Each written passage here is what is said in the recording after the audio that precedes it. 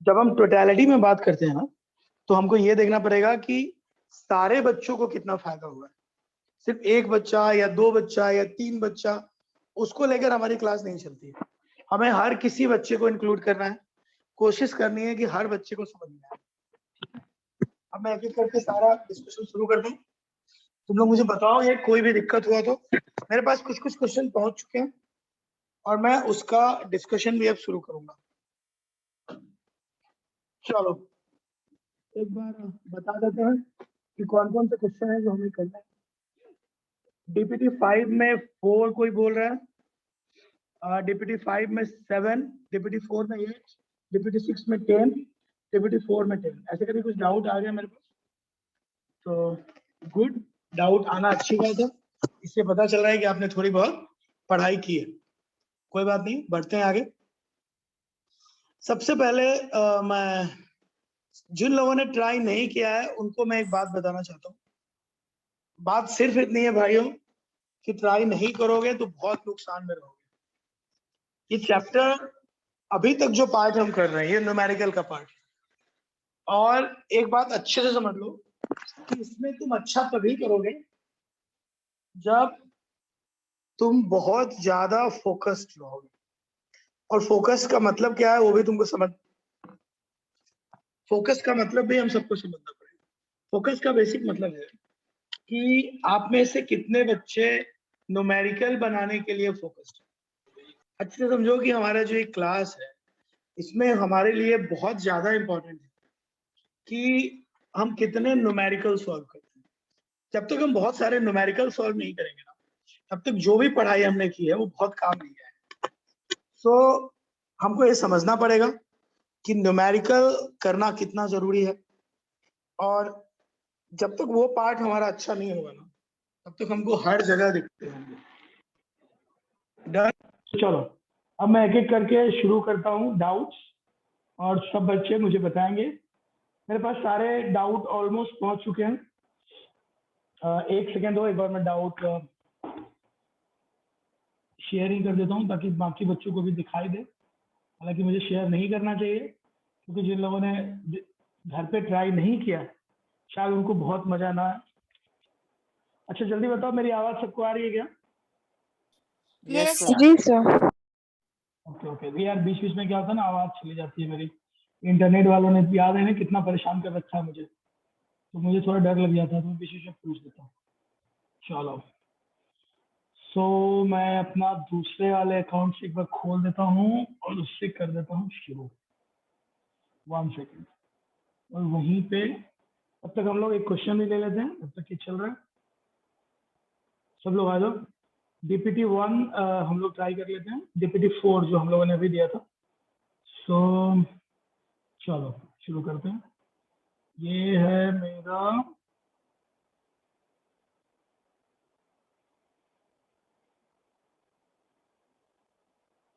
Okay.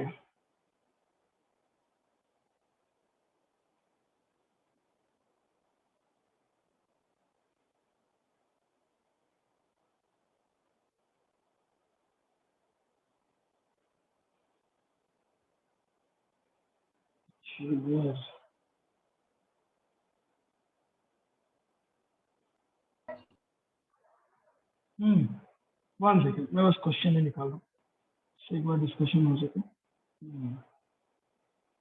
Okay तो देखो भाई, जो पहला सवाल है जो हम लोगों को करना है, मैं पहले आप लोगों से शेयर कर देता हूँ एक बार, तो मुझसे तुम लोग बताते चलोगे और उस हिसाब से काम अपना होता चलेगा। तो आज की क्लास शुरू करना है। सब लोग ध्यान देंगे।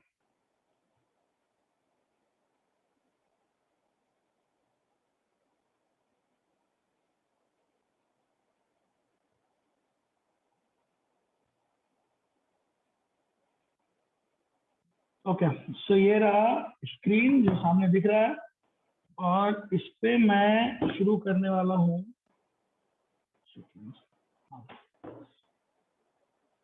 एक एक करके मैं सारे क्वेश्चंस ले रहा हूँ। सब लोग अपने अपने घर पे जिसके पास जो भी बुक दिया है या कौन से फॉर्म में आपके पास है, उसी फॉर्म में आप अपने डीपीटीज निकाल लें।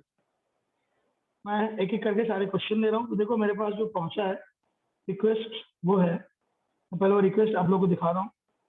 तो चैट है मेरे पास, वो है DPT 5 क्वेश्चन नंबर 4। अच्छा थोड़ा पहले चलते हैं। DPT 4 question number 8, DPT 4 question number 6, DPT 6 question. तो अपने को पहले DPT 4 में चलना चाहिए, और DPT 4 का क्वेश्चन नंबर 8 कर लेते हैं, 6 कर लेते हैं और 10 कर लेते हैं। चलो आ जाओ। तो चलो हम लोग शुरू करते हैं।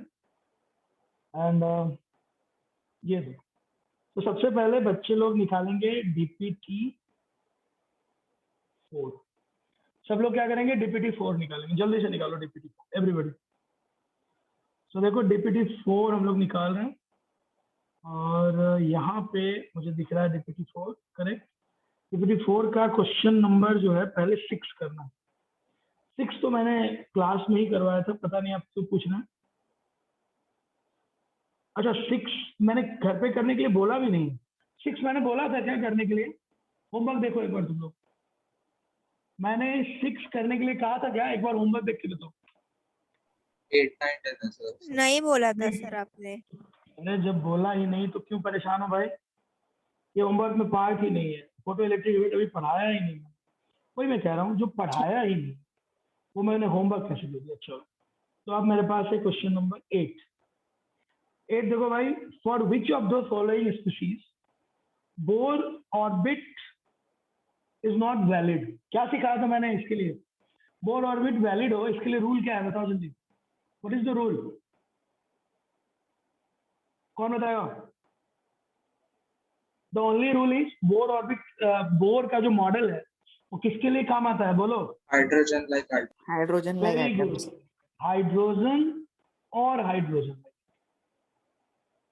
what is the meaning of it? देखो मीनिंग बहुत सिंपल है। क्या मीनिंग? हैविंग वन इनके इलेक्ट्रॉन। पास हाँ सिस्टम क्या होना चाहिए, सिर्फ और सिर्फ कितने इलेक्ट्रॉन का? एक इलेक्ट्रॉन। अगर एक इलेक्ट्रॉन से ज्यादा हुआ तो फिर वो हमारा रूल फॉलो नहीं। तो उस लॉजिक से किसके पास एक इलेक्ट्रॉन से ज्यादा है? ए ऑप्शन देखो, हीलियम प्लस, इसके पास एक इलेक्ट्रॉन है। हाइड्रोजन के पास एक इलेक्ट्रॉन है। Li2 प्लस के पास भी एक इलेक्ट्रॉन है। लेकिन what about H plus? H plus के पास कितने नंबर ऑफ इलेक्ट्रॉन है जरा बताओ? अरे कितने हैं? 0। 0। इसका मतलब ये हमारा बोर थ्योरी को फॉलो नहीं करेगा, क्योंकि बोर थ्योरी को फॉलो करने के लिए कम से कम कितने इलेक्ट्रॉन चाहिए? एक भी नहीं होगा तो फिर फॉलो करने का कोई मतलब। तो क्या ये बात पब्लिक को समझ में आ रही है? Yes good. बढ़ते हैं आगे। 8 के बाद किसी बच्चे ने मुझसे 10 रिक्वेस्ट किए। सब लोग देखो भाई question number 10। Everybody will try this. सब लोग देखेंगे क्या? तो ratio of area covered by a second orbit to the first Bohr orbit in hydrogen. तो एरिया का फॉर्मूला तो यही है ना, पाई आर स्क्वायर।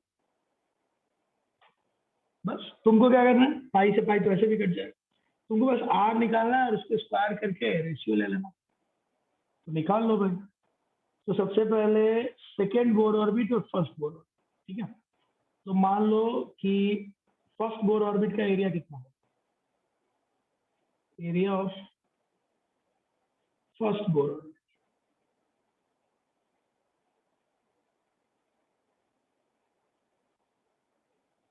भाई फॉर्मूला हो जाएगा आर नॉट स्क्वायर।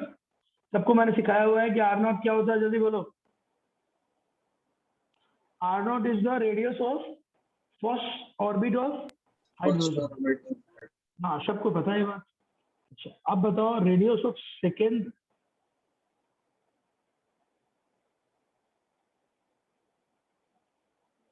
ये कितना होगा?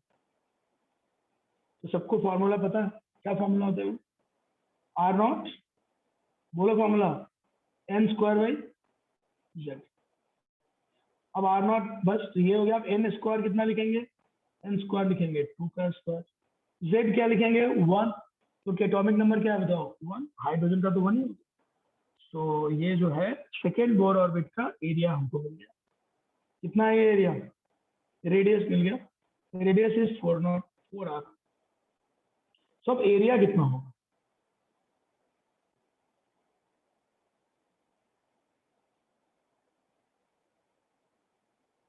कितना होगा बताओ, पाई आर स्क्वायर, आर की जगह पे कितना लिखेंगे, 4. तो कितना हो गया 16. 16 पाई आर नॉट स्क्वायर। और फर्स्ट बोर ऑर्बिट का कितना था area, pi R naught square. तो रेशियो पूछ रहे हैं हमसे सेकेंड टू फर्स्ट, तो एरिया जो है सेकेंड वाइज फर्स्ट, तो सेकेंड है 16 pi R naught square, first था पाई आर नॉट स्क्वायर। तो सही आंसर है। कोई प्रॉब्लम है किसी को तो बोलेगा, एनी प्रॉब्लम, अरे बोलो No, sir. भाई। No, नहीं sir. सर नहीं। तो आंसर हो गया 4। देखो 4 नंबर ऑप्शन सही है इसको। चलो करते हैं आगे। तो ये हो गया तुम्हारे 4 के जो हमारा 4 वाला था वो क्लियर है। अब हम बढ़ते हैं। सो मुझे लग रहा है ज्यादातर बच्चों को समझ में आ रहा होगा, कोई बहुत ज्यादा प्रॉब्लम जैसा है नहीं।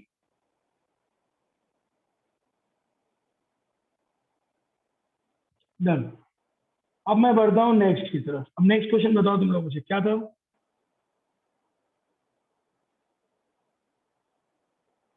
अब एक बार फिर से जाते हैं, रिक्वेस्ट जो आई है हमारे पास उसको फिर से पढ़ते हैं। सब लोग मेरे साथ आएंगे और ये देखो, ये है हमारे पास रिक्वेस्ट। अब है डीपीटी 5 में चलते हैं। डीपीटी 5 में जो मेरे पास रिक्वेस्ट है वो 7 और 4। चलो निकालते हैं।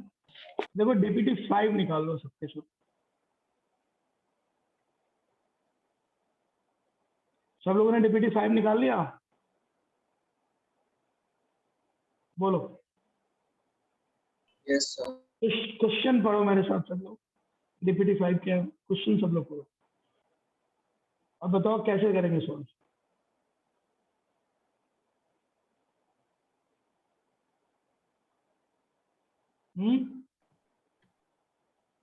कैसे करेंगे बताओ।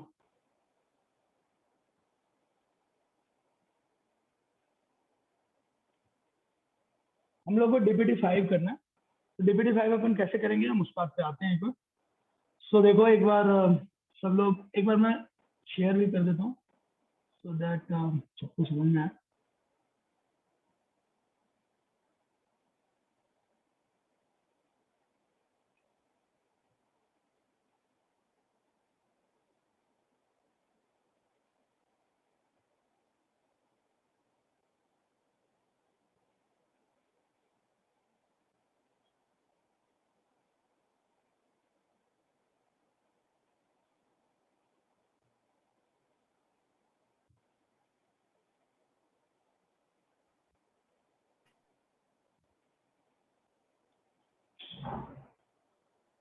एक बार फाइल शेयर कर रहा हूँ सो दैट यहाँ सबको दिखाई दे और सॉल्व करना थोड़ा आसान है।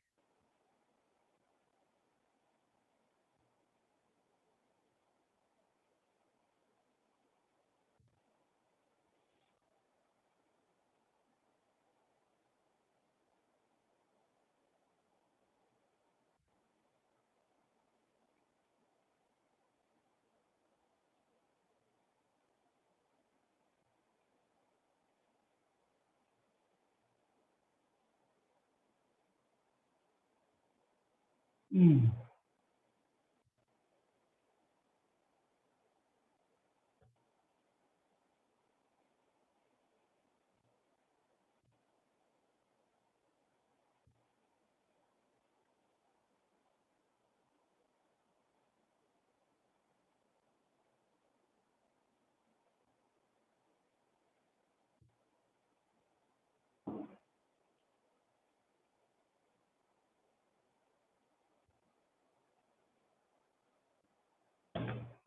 ये कुछ फाइल दिखाई दे रहा है सबको।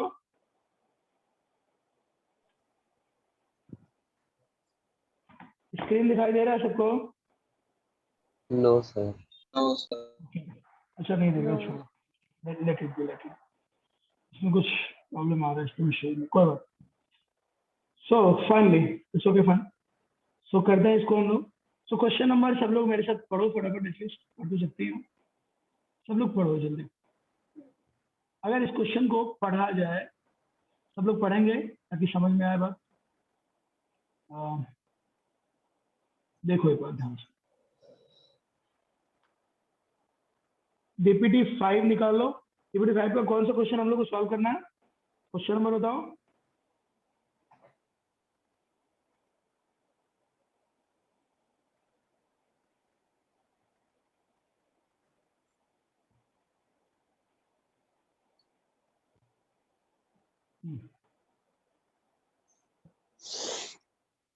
एक सेकेंड, वापस शेयर नहीं कर पाया, कोई नहीं, तुम लोग के पास तो है ही।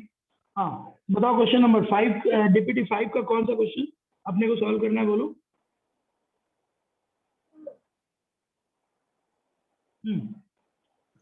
डीपीटी 5 का कौन सा क्वेश्चन करना है, बोलो।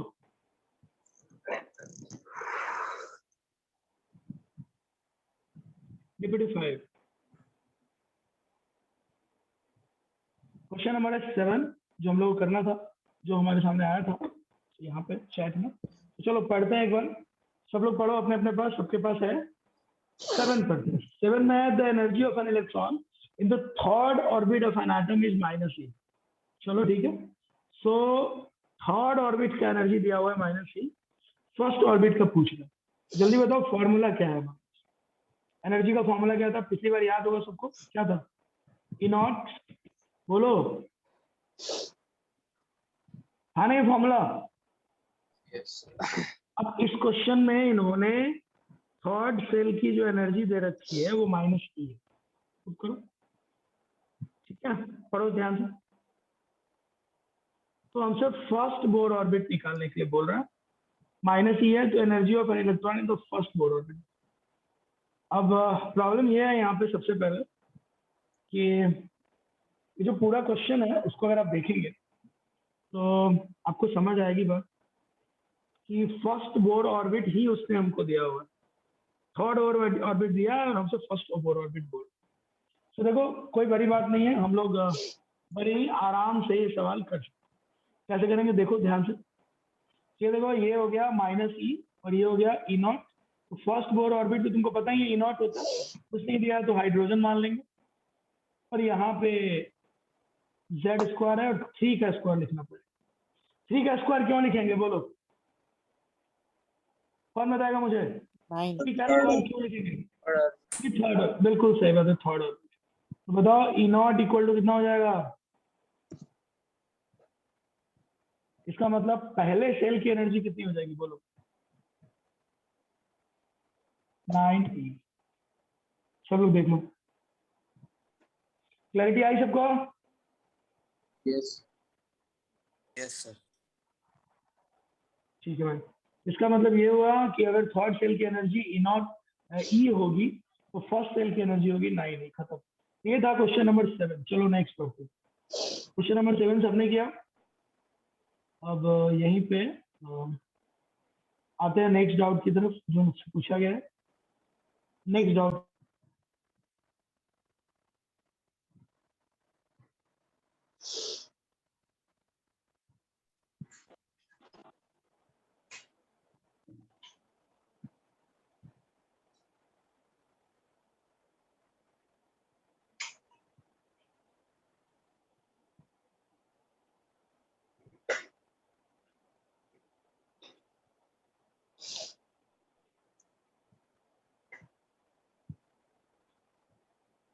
चलो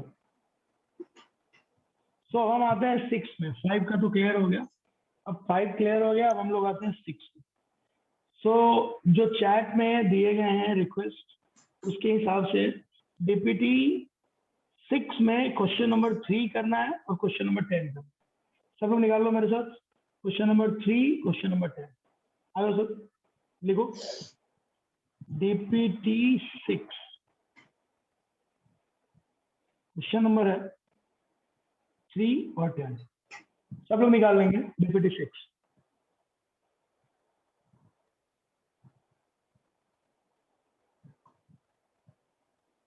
सबसे पहले थर्ड देखो तुम। थर्ड तो मैंने शायद कराया था, नहीं कराया तो देख लो। सब लोग एक बार पढ़ो डीपीटी 6 क्वेश्चन नंबर 3, सब लोग ट्राई करो, एक बार पढ़ो, फिर मैं करता हूँ, जल्दी पढ़ो। देखो इसमें ionization energy helium plus ion का दिया। अब मुझे लास्ट क्लास सब लोग याद दिलाएंगे और बताएंगे कि मैंने आयोनाइजेशन एनर्जी के लिए क्या सिखाया। ये बताओ आयोनाइजेशन एनर्जी कितने के बराबर होती है? नेगेटिव आपने ऑफ तो सीखा। Total energy. बिल्कुल सही बात। नॉर्मली जिस सेल में आउटर मोस्ट में इलेक्ट्रॉन होता है उसकी टोटल एनर्जी को अगर नेगेटिव कर दिया जाए तो वही आयोनाइजेशन एनर्जी। तो टेक्निकली अगर उसने मुझे आयोनाइजेशन एनर्जी दिया है तो इस तरह से मुझे टोटल एनर्जी भी दे दिया है। अब पढ़ो, ionization energy helium plus ion का दिया हुआ है, मतलब इसका मतलब ये हुआ कि energy of first shell of helium plus ये दिया हुआ है, ये उन्होंने दिया हुआ है 19.6 इंटू 10⁻⁻18। ये इन्होंने हमको दिया हुआ। क्वेश्चन पूछ रहा है, अब यहाँ से सबसे पहले हमारी रिस्पॉन्सिबिलिटी है कि इसको फॉर्मूला के सामने डाल देते हैं।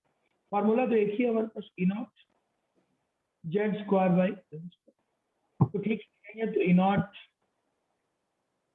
अब हीलियम की बात है तो जेड स्क्वायर कितना हो जाएगा 2 जो फर्स्ट सेल की एनर्जी है तो n की वैल्यू कितनी हो जाएगी 1। सब लोग देख लो भाई, सर होगी कि नहीं? इसमें नेगेटिव 19.6 आएगा अगर ET है तो। हाँ, अगर साइन लगाने चलेंगे तो सही बात है, नेगेटिव बात लिख लो। तो E नॉट कितना होगा भाइयों बताओ? E नॉट हो जाएगा, यही तो होगा E नॉट, बोलो। Yes sir. E नॉट आ गया। अब तुमसे पूछ रहा है कि लिथियम के फर्स्ट स्टेशनरी ऑर्बिट बताओ। लिथियम फॉर्मूला वही फिर से, तो इसका मतलब energy of first stationery state, excited नहीं, एक्साइटेड बोलता तब तो हम आगे जाते, वो बोल रहा है first stationery state, so formula वही है फिर से।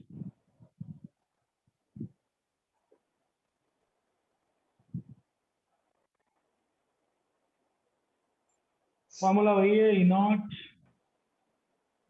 अब Z के जगह पे क्या लिखेंगे? लिथियम का Z कितना होता है 3 स्क्वायर, N के जगह पे 1 स्क्वायर, ये आंसर होगा। और तुमको तो पता ही है E नॉट दिया हुआ है, E नॉट है तुम्हारी, नीचे क्या लिखेंगे 4 और बाकी नहीं। तो ये जो तुम्हारा है यही तुम्हारा, ये जूल में होगा, यही तुम्हारा answer. Solve it, you will get answer. क्या क्लास को समझ में आया जो चल रहा है? क्या किया हमने ऐसे सवाल, क्या टेक्निक लगाया? टेक्निक ये लगाया कि हम लोगों ने पहले E नॉट की वैल्यू निकाली, क्योंकि आंसर जूल में था और हम लोग को E नॉट की वैल्यू पता नहीं थी। हो सकता है कई बार वो E नॉट की अलग वैल्यू देख के हमसे आंसर पूछे, तो ये जानना चाहे कि हमको बेसिक आता है कि नहीं आता, तो उस समय वो जो वैल्यू देगा उसी से करना पड़ेगा। तो उसने हमें E नॉट निकालने का रास्ता बताया, हमने E नॉट निकाल दी और उसी को फॉर्मूले में पुट किया।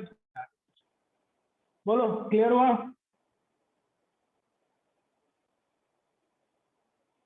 किसका डाउट था ये? सर मेरा अरे डाउट था। तो क्या तुम समझ पाए? यस सर, वेरी गुड, चलो बढ़ते हैं। Thank you sir. ओके, चलो भाई बहुत अच्छा, अब हमें बढ़ना होगा आगे। अब है क्वेश्चन नंबर 10, सब लोग देखो। देखो आसान है बहुत, तुम्हें एक डब्बा दिया जाएगा और उसके बारे में तुमसे सवाल पूछेंगे, वो तुमको बताते हैं, ठीक है? तो ये पूरा ऑर्बिटल वो डब्बा है, देख लो, जैसे मान लो हीलियम प्लस लिखा, अब उसके लिए पूछ रहा है नंबर ऑफ ऑर्बिट्स। उसने दिया हुआ है नंबर ऑफ ऑर्बिट्स 2, खुद उसने दिया है कि नंबर ऑफ ऑर्बिट्स 2। अब बाकी का इंफॉर्मेशन हीलियम प्लस है और सेकेंड ऑर्बिट, बाकी का इंफॉर्मेशन पूछ, जैसे पहला है रेडियस देखो, क्या फॉर्मूला लगाओगे बोलो? फॉर्मूला होगा रेडियस का 0.529 into n square by z, यानी 2 स्क्वायर बाई 2। तो ये हो जाएगा, दिस इज रेडियस। सेकेंड है वेलोसिटी। वेलोसिटी का फॉर्मूला भी तुमको पता ही, 2.18 इंटू 10⁶ z बाई n, ठीक है, z बाई n। तो z जो है हीलियम के लिए 2 होगा और n की वैल्यू भी 2 ही होगी, तो इसलिए ये कट जाएगा। तो यही हो गया वेलोसिटी, ठीक है। टोटल एनर्जी निकालने का फॉर्मूला भी तुमको पता ही। एनर्जी टोटल कैसे निकालते हैं बताओ? -13.6 जेड स्क्वायर, जेड की वैल्यू कितनी 2 कर, Z square by N square, N square भी 2, ये कट जाएगा तो आंसर इतना ही होगा। अरे बोलो, फिर तो बाकी का चीज तुम जानते ही हो, पोटेंशियल एनर्जी जो होता है वो टोटल एनर्जी का डबल होता है। तो ये हो जाएगा 2 इंटू -13.6, और काइनेटिक एनर्जी जो होता है वो टोटल एनर्जी का सेम होता है, साइन पलट जाता है। ये हो जाएगा, सारे हो गए? अरे बोलो भाई, मुश्किल है क्या? नहीं सर, नहीं बहुत सर, सिंपल था। लिख रहे थे। अरे बहुत आसान है यार, इससे आसान क्या होगा, ये तुम लोग आसानी से कर सकते हो। सो आई डोंट थिंक कोई बड़ा प्रॉब्लम आप लोग को आएगी और कोई बड़ी मुसीबत यहाँ पे आने वाली है। बड़े आराम से हम लोग कर सकते हैं अगर जरूरत पड़े। सो ये था बोर्स के बारे में बातचीत जो हम लोग कर रहे थे। आज थोड़ा सा सिलेबस को हमको आगे करना होगा, थोड़ी सी आगे के सिलेबस की बात करनी होगी, वो हम शुरू करेंगे। तो पहले ये बता दो, ये वाली चीजें सबको क्लियर है बिल्कुल? हाँ, yes sir. Yes done, sir. ठीक है। तो चलो भाई, अब आगे बढ़ने की बात है और बहुत सारी बातें हम आगे का डिस्कस करना चाहते हैं जो बहुत ही काम की चीज है, ठीक है। तो मैं शेयर करता हूँ। अब सब लोग हेडिंग देंगे जो मेनली हमको अभी डिस्कस करना है। देखो, स्पेक्ट्रा एंड एटॉमिक स्पेक्ट्रा।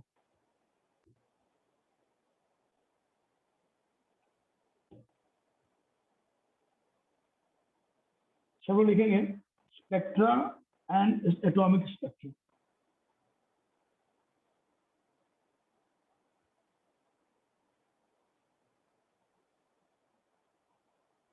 कितने लोग स्पेक्ट्रम का मतलब समझते हैं? बताओ मुझे, कितने लोगों को पता है कि स्पेक्ट्रम का बेसिक मतलब क्या है?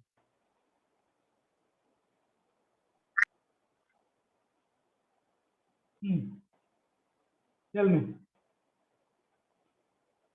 स्पेक्ट्रा क्या होता है भाई, कौन बताएगा हमारी क्लास में?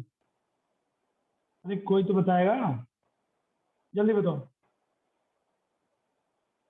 Sir, when a white light passes through a prism and exits as a band of 7 colors, is known as a spectrum. बिल्कुल सही बात है, थोड़ा और क्लियर करते तो अच्छा लगता। स्पेक्ट्रा का बेसिक सबसे बड़ी बात तो वही है जो सबको याद होगा, वो ये है कि जब कोई भी जब हमारा व्हाइट लाइट को हम किसी प्रिज्म से पास करवा, तो प्रिज्म से पास करने के बाद दूसरी तरफ जो प्रिज्म के दूसरी तरफ जो 7 कलर्स बनते हैं उनको एक साथ हम लोग क्या कहते हैं? स्पेक्ट्रा। सो ऐसा अगर सिचुएशन आए कभी कि क्या है भाई स्पेक्ट्रा, तो बोलेंगे सबसे आसानी से अगर कोई एक्सप्लेन करेगा तो एक्सप्लेन करने का यही तरीका है। एटॉमिक स्पेक्ट्रा का बेसिक मतलब है कि तुम क्या करो, एक स्ट्रेट लाइन लो और सॉरी एक व्हाइट लाइट लो और व्हाइट लाइट को पास करवाओ, इससे प्रिज्म से, प्रिज्म से पास करने के बाद जो तुमको दूसरी तरफ दिखेगा 7 कलर्स, उसको ही हम लोग कहते हैं स्पेक्ट्रा। सो ये कोई बड़ी बात नहीं है, हम लोग आराम से कर सकते हैं, सिंपल है, इसके बारे में बात कर सकते हैं। सो एक मिनट में एक चीज शेयर करने की कोशिश कर रहा हूँ, देख लेते हैं वरना लिखना। हम्म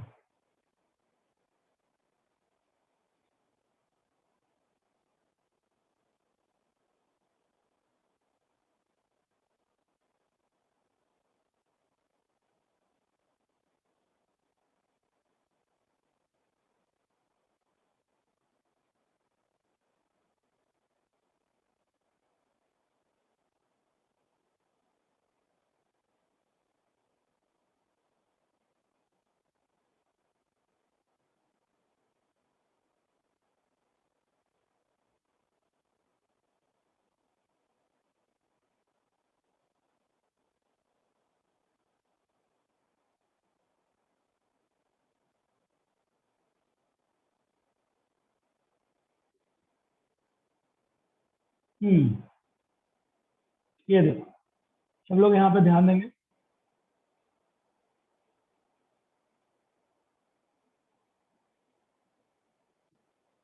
एक डिस्कशन हमारा चल रहा है और हम उसको शेयर करने की कोशिश कर रहे हैं।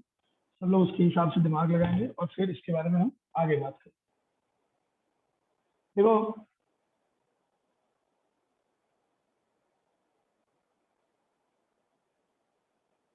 एटॉमिक स्पेक्ट्रा जो हम टॉपिक पढ़ने जा रहे हैं वो कहीं ना कहीं अपने स्पेक्ट्रा से आया हुआ है। तो अभी हम बेसिकली एटॉमिक स्पेक्ट्रा के बारे में सब पढ़ेंगे, तो ये तो चलता रहेगा। इसके साथ साथ मैंने पहले एक स्पेक्ट्रा वर्ड यूज किया जिसके बारे में सबको पता ही है, फिर हम थोड़ा सा दूसरे स्पेक्ट्रा के बारे में भी बात करेंगे, और जब ये सब क्लियर हो जाएगा क्लास का तो हम लोग एटॉमिक स्पेक्ट्रा पर लौटेंगे। लेकिन आइडिया ये है कि एटम के अंदर बहुत सारे शेल्स होते हैं, बहुत सारे ऑर्बिट्स होते हैं। इलेक्ट्रॉन नॉर्मली ग्राउंड स्टेट में रहना चाहता है। ग्राउंड स्टेट में वो इसलिए रहना चाहता है क्योंकि सबको पता है कि स्टेबिलिटी जो है ग्राउंड स्टेट की सबसे ज्यादा, सबको पता है ये बात ना, कि ग्राउंड स्टेट की जो स्टेबिलिटी है वो सबसे ज्यादा। सो जब तुम किसी को एनर्जी दोगे, हीट दोगे, और वो एक्साइटेड होके ऊपर आ जाएगा, तो ऊपर चला तो जाएगा लेकिन वो वहां हमेशा नहीं रहेगा, ठीक है। वो वहां थोड़ी देर रहेगा और फिर थोड़ी देर के बाद मौका मिलते ही वो नीचे आए, उसको ही हम लोग बोलते हैं। तो जब वो नीचे आएगा तो अलग अलग टाइप की एनर्जी रिलीज करेगा। मान लीजिए थर्ड सेल पे था, आपने उसको नीचे भेजा तो सीधे 1 पे आया तो एक टाइप की एनर्जी रिलीज होगी, 2 पे आया फिर एक टाइप की एनर्जी रिलीज होगी, ठीक, ऐसे करके। अगर मान लो 5 पे गया है तो बहुत सारे तरीके से वो नीचे आ सकता है। तो जितने तरीके से वो नीचे आएगा उतने टाइप का एनर्जी लेवल वो रिलीज करेगा, और जो एनर्जी लेवल रिलीज करेगा उतने सारी एनर्जी रिलीज होगी, अलग अलग टाइप की एनर्जी रिलीज होगी, अलग अलग एनर्जी पैकेट्स रिलीज होंगे, और फिर उसके हिसाब से हमें बहुत सारी बातें यहाँ पे करनी पड़ेगी। सो ये सब यहाँ पे ध्यान देना पड़ेगा। लेकिन चलो हम एक एक करके शुरू करते हैं जो हमको शुरू करना है यहाँ पे। सो सब लोग कुछ कुछ बातें हैं जो मैं लिखवा रहा हूँ, सब लोग मेरे साथ लिखेंगे, ध्यान दो सब। पढ़ना हमको हालांकि यही है, बट इस तक पहुंचने से पहले मुझे एक दो बातें और यहाँ पे डिस्कस करनी। तो चलो, तो कुछ बोल रहा है?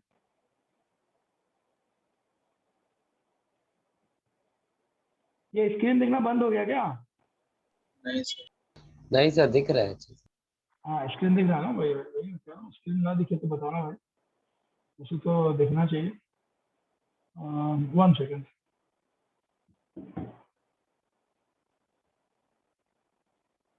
एक बार इसको थोड़ी देर के लिए रोकते हैं।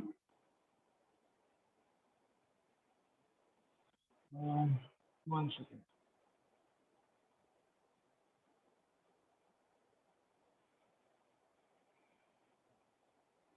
सो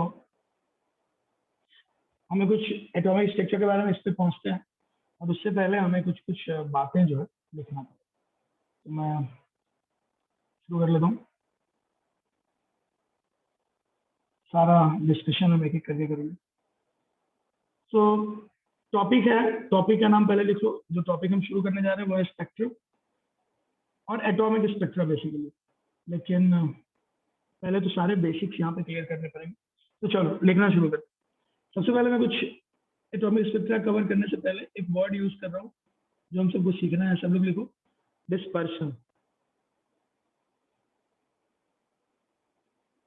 कुछ कुछ बातें इसके आसपास के लिखो सब। When white light is pass through the, जो तुम लोगों ने बताया था, व्हेन व्हाइट लाइट, बड़ा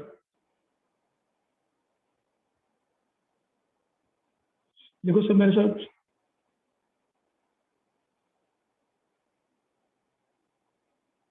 when white light is passed through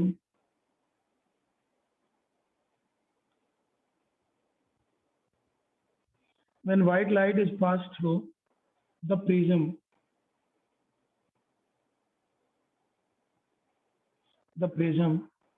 then it splits,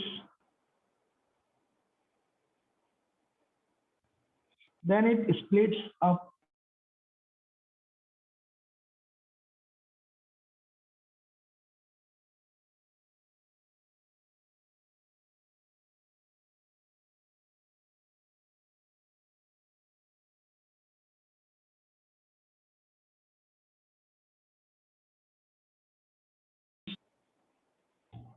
all different wavelengths of 7 colors.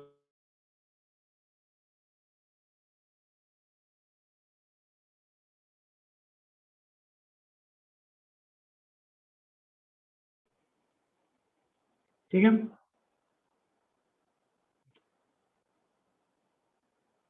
this phenomenon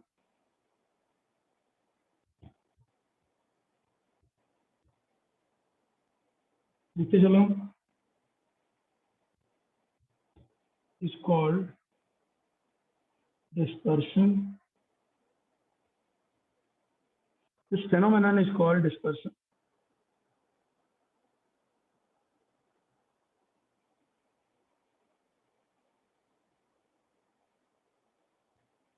When this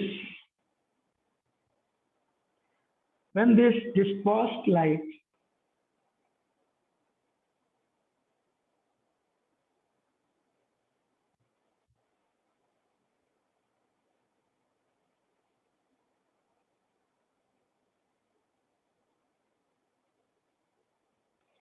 when this dispersed light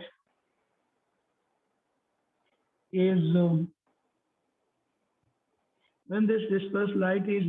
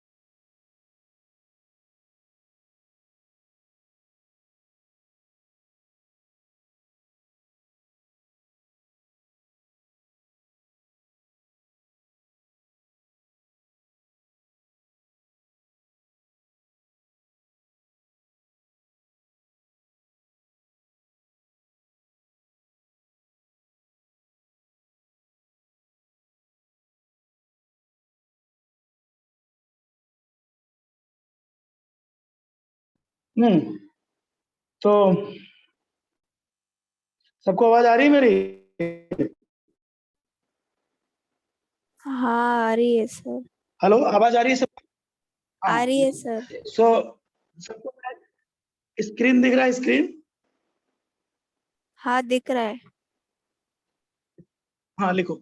so this phenomenon is called dispersion. And लिखो, when this dispersed light is received on photographic plate, sorry, photographic film, photographic film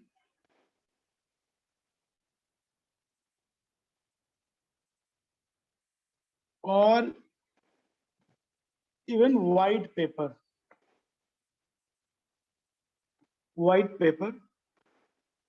a pattern is obtained.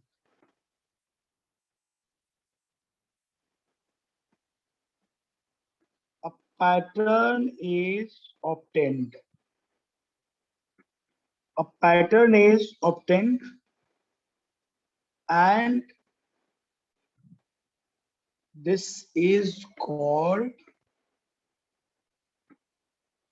spectrum of white light.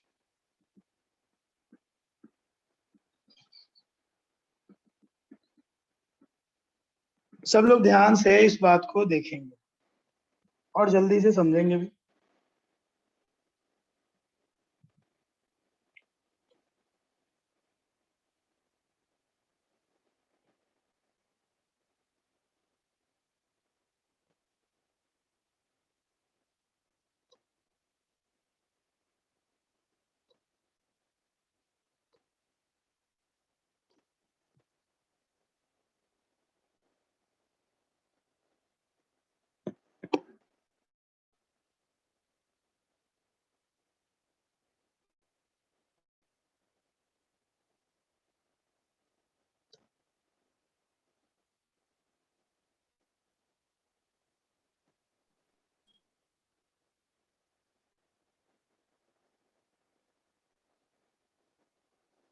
Statement ध्यान से पढ़ो, फिर बाकी की बात करते हैं।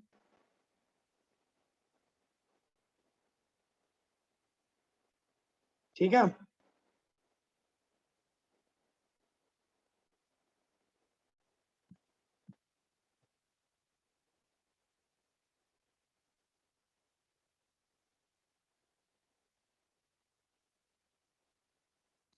देखो स्टेटमेंट बहुत क्लियर है कि एक व्हाइट लाइट आएगा, है ना, वो पास करेगा प्रिज्म से। इसका मैं स्ट्रक्चर ही बना देता हूँ तो ज्यादा समझ में आएगा। ऐसा कुछ सब लोग मेरे साथ देखेंगे। प्रिज्म बनाने की कोशिश कर रहा हूँ। यहां से एक व्हाइट लाइट जा रहा है जिसको ऐसे जाना चाहिए था सीधा, लेकिन वो क्या हो रहा है, यहाँ पे आके बट जा रहा है। ठीक है, ऐसा कुछ।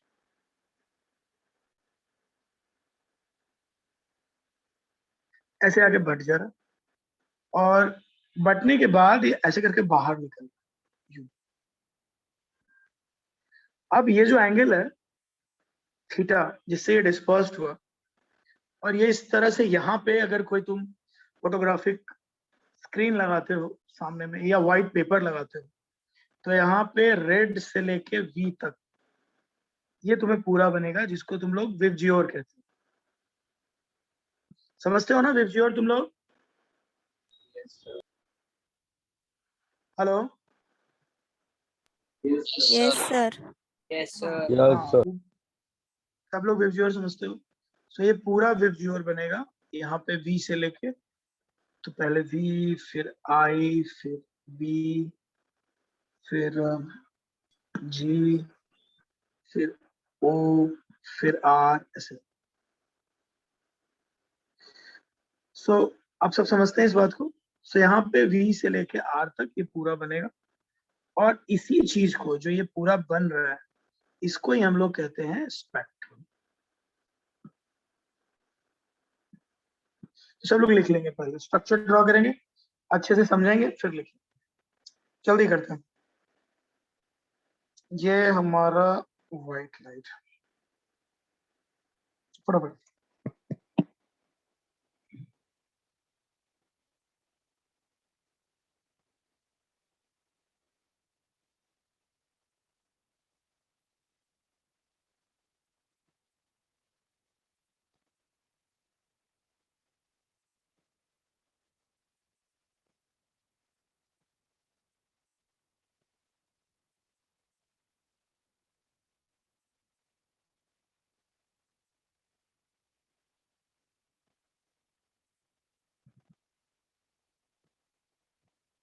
सबको डन?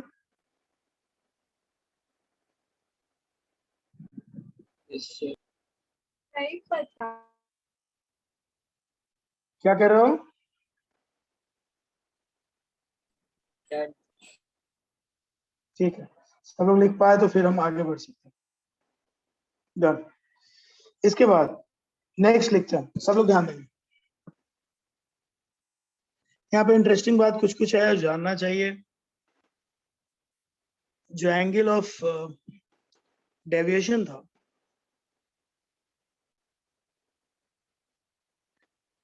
मतलब जो थीटा है यहाँ पर, वो डायरेक्टली प्रोपोर्शनल होता है 1/λ के।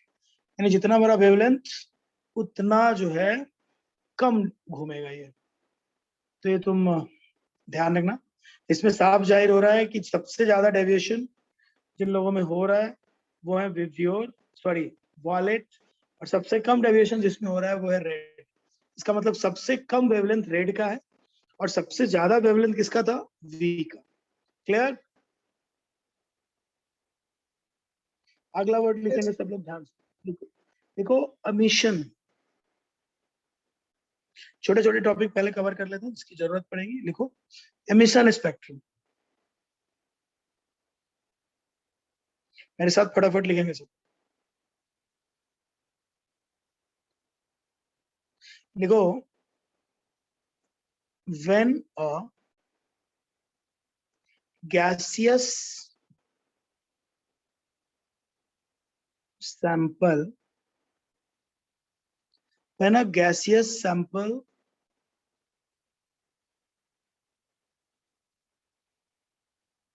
when a gaseous sample is heated, कोई गैस को लो, उसको हीट करो। when a gaseous sample is heated, then कोई भी गैस को हीट करोगे तो उसमें से इलेक्ट्रॉन बाहर आएगा। then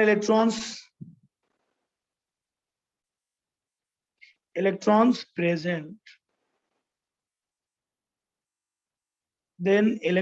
present in atom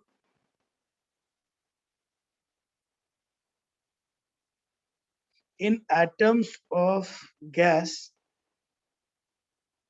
get excited।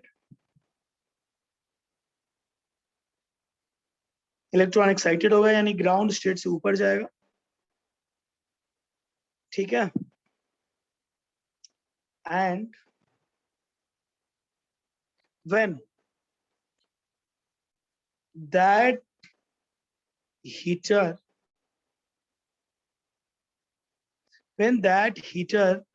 जिससे हम हीट कर रहे थे is switched off,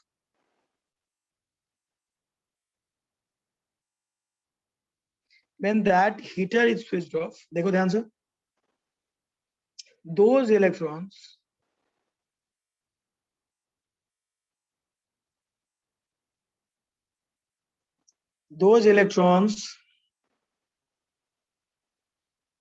will return to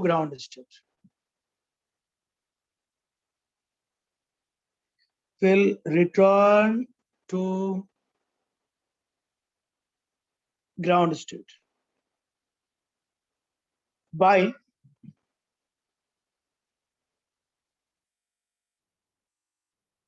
releasing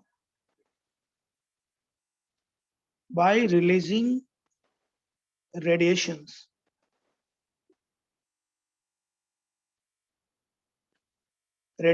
of different wavelength।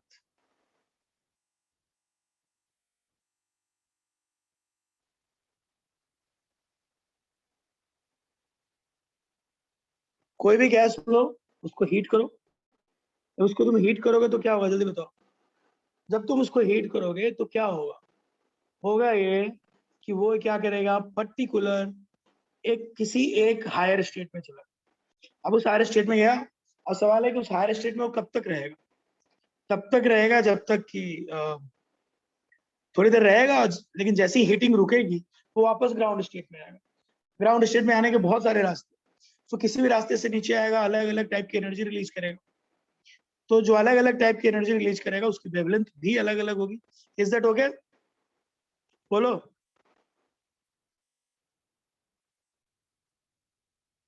हाँ हाँ, रेडिएशन ऑफ डिफरेंट वेवलेंथ, यही बोल रहा हूँ मैं।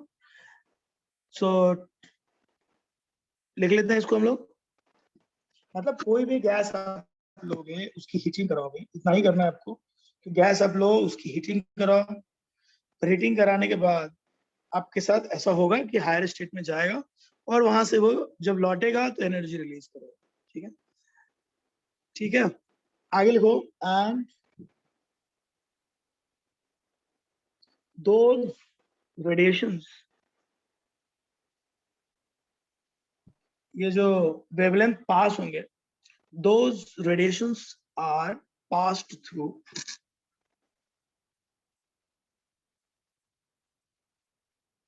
those radiations are passed through those radiations are passed through prism, passed through prism, a spectrum is obtained.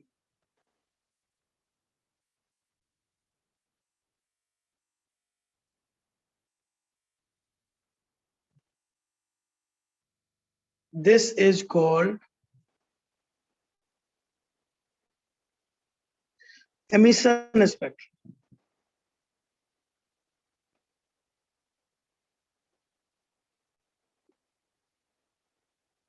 लिख लो। Heat करेंगे हम, हीट करने के बाद हमको क्या मिलने वाला है, हमको एक पर्टिकुलर एनर्जी मिलेगी। उस एनर्जी के कारण हीटर्स इलेक्ट्रॉन एक पर्टिकुलर हाइट पे चला जाएगा। जब इलेक्ट्रॉन एक पर्टिकुलर हाइट पे चला जाएगा तो वहां से वापस वो क्या बोलते हैं, उस पर्टिकुलर हाइट से इलेक्ट्रॉन वापस नीचे आएगा। जब नीचे आएगा तो अलग अलग टाइप की एनर्जी रिलीज करेगा और उस रेडिएशन को जब हम लोग वापस से प्रिज्म से पास करेंगे तो हमको ये मिलेगा। ठीक है,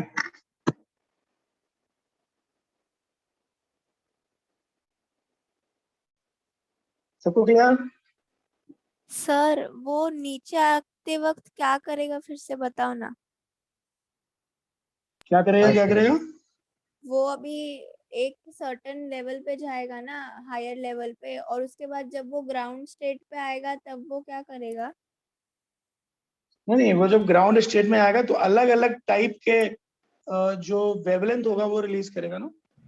और वो क्यों करेगा बताओ? वो इसलिए करेगा क्योंकि अलग अलग टाइप की रिलीज करने के पीछे रीजन ये होगा। मान लो वो पहले ग्राउंड में था, अभी फिफ्थ पे चला गया, सोचो। ठीक, ओके। अरे बोलो। हाँ सर। अब वो फिफ्थ से सीधे वन पे भी आ सकता अच्छा। है ना, या हाँ, फिफ्थ से थ्री पे जाकर फिर वन पे आ सकता है। मतलब वो कहाँ पे भी जा ऐसा कर सकता है। सकता है। हाँ, नीचे आना है उसको, आना ग्राउंड पे। मान लो वो ओके। फिफ्थ पे है, आना आना उसको ग्राउंड पे है, बट हाँ। आने के रास्ते बहुत सारे हैं। तो एक ओके। अलग अलग रास्ता लेगा और जब वो अलग अलग रास्ता लेगा तो एनर्जी भी अलग अलग रिलीज होगी। और हाँ जब हाँ एनर्जी अलग अलग रिलीज होगी तो वेवलेंथ भी अलग अलग टाइप का रिलीज होगा। So we can call it. ठीक हाँ है भाई, हाँ। कोई प्रॉब्लम नहीं ओके होगी। सर। हाँ हाँ। ठीक है, समझ में आ रहा होगा, आगे बढ़ते। हाँ sir. Okay, next. So emission spectrum सबको क्लियर है और इसमें कोई किसी को ज्यादा प्रॉब्लम नहीं होना चाहिए। देखो, एब्जॉर्प्शन स्पेक्ट्रम, सब लोग लिखो।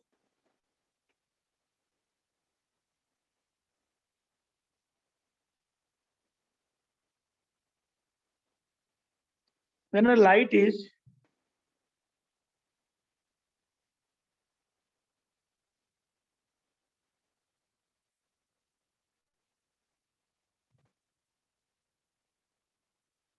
when a light is incident on gaseous sample,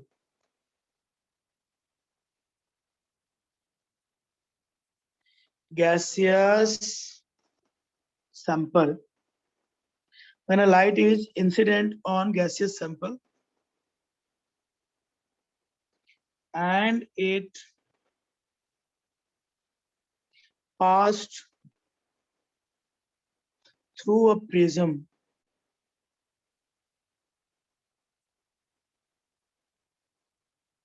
through a prism where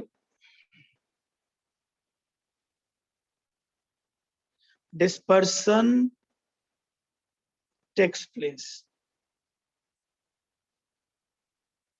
Where dispersion takes place.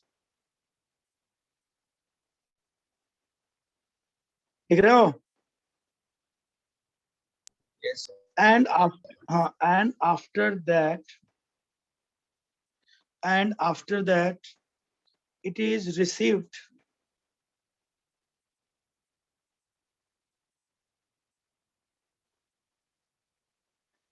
It is received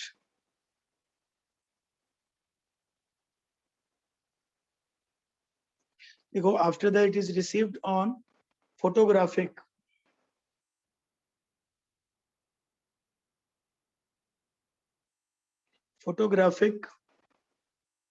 film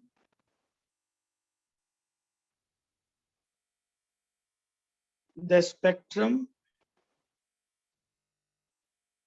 obtained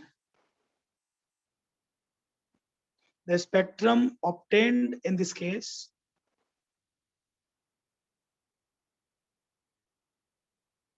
is called absorption spectrum.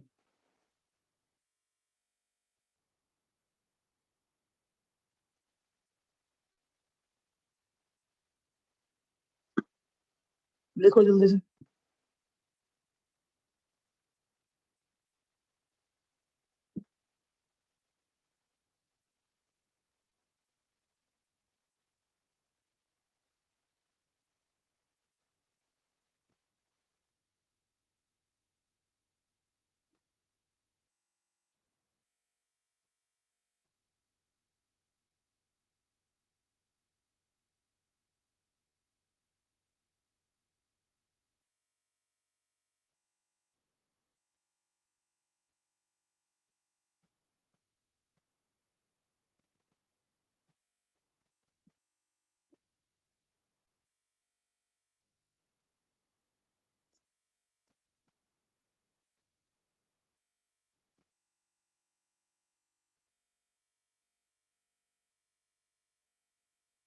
Done.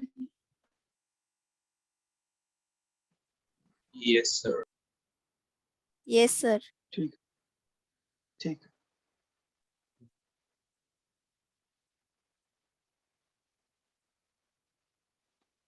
So दोनों में अंतर ये था कि पिछली बार हम हीटिंग करा रहे थे, इस बार हमने लाइट पास किया, उसके बाद बाकी चीजें हुई. बट तरीका कोई भी हो, अपने को ध्यान ये रखना है कि जब आप लाइट पास करा के करें या कुछ भी करें, रेडिएशन जो होगा एनर्जी का होने का मेन कारण वही है.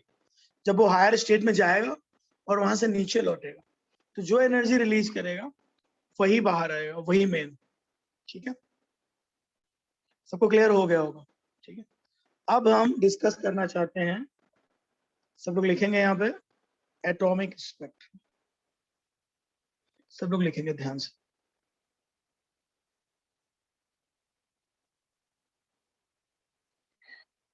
सो एटॉमिक स्पेक्ट्रम एक्चुअली एक काफी हद तक एमिशन स्पेक्ट्रम है, क्योंकि उसके ही रूल्स हम यहाँ पे फॉलो करने वाले. कैसे, जरा देखो.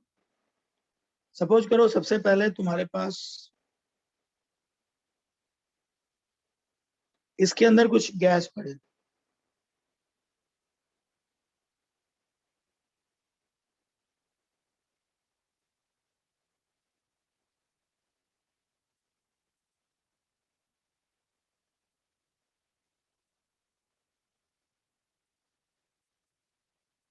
ठीक है, हमने इसके अंदर कोई गैस भर दिया. मान लो गैस हमारा H2 है. सब लोग ध्यान देंगे. ठीक है, और यहाँ पे हम इसकी हीटिंग करा रहे हैं.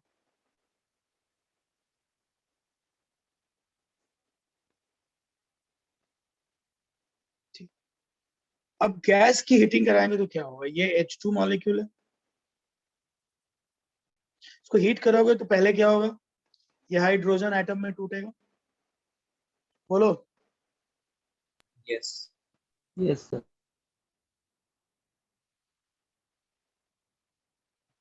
इसके बाद भी अगर हीट करोगे तो क्या हो सकता है, अब इसमें इलेक्ट्रॉन जो है n = 1 पे है, और तुमने हीटिंग करनी बंद नहीं की, तुम हीटिंग करते रहे, तो वो क्या होगा, हो सकता है कि इलेक्ट्रॉन एक्साइटेड होके कहाँ चले जाए, बोलो n=3 में, हाँ ना, जा सकता है कि नहीं बताओ।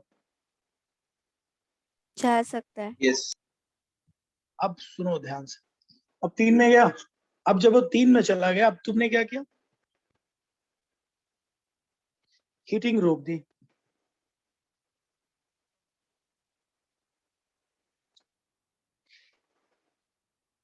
थोड़ी देर में तुमने हीटिंग को रोक दी,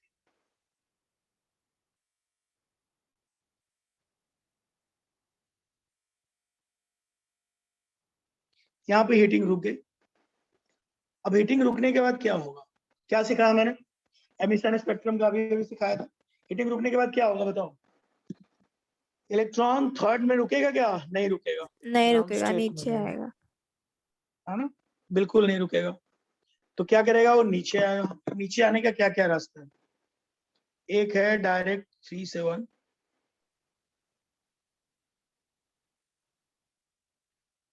ये पहला रास्ता है। दूसरा रास्ता है कि वो पहले 3 से 2 जाएगा और फिर कहाँ आएगा बताओ, 2 से 1 आएगा, मानते हो। हाँ।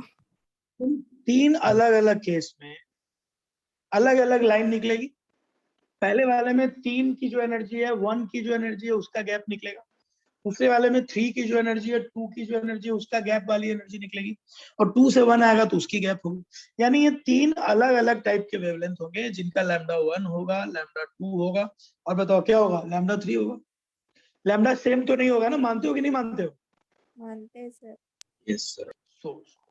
तो अब ये सब मिला के इनका जो रेडिएशन होगा, तो जरा सोचो क्या किया तुमने, तुमने क्या किया, एक गैस, यहाँ पे गैस भरा ना, इसकी हीटिंग करी, हीटिंग करने के बाद यहाँ से रेडिएशन हुआ, ये रेडिएशन निकला, है ना। अब ये जो रेडिएशन निकला उसको तुमने यहाँ प्रिज्म से गुजारा, तो जब प्रिज्म से गुजारा तो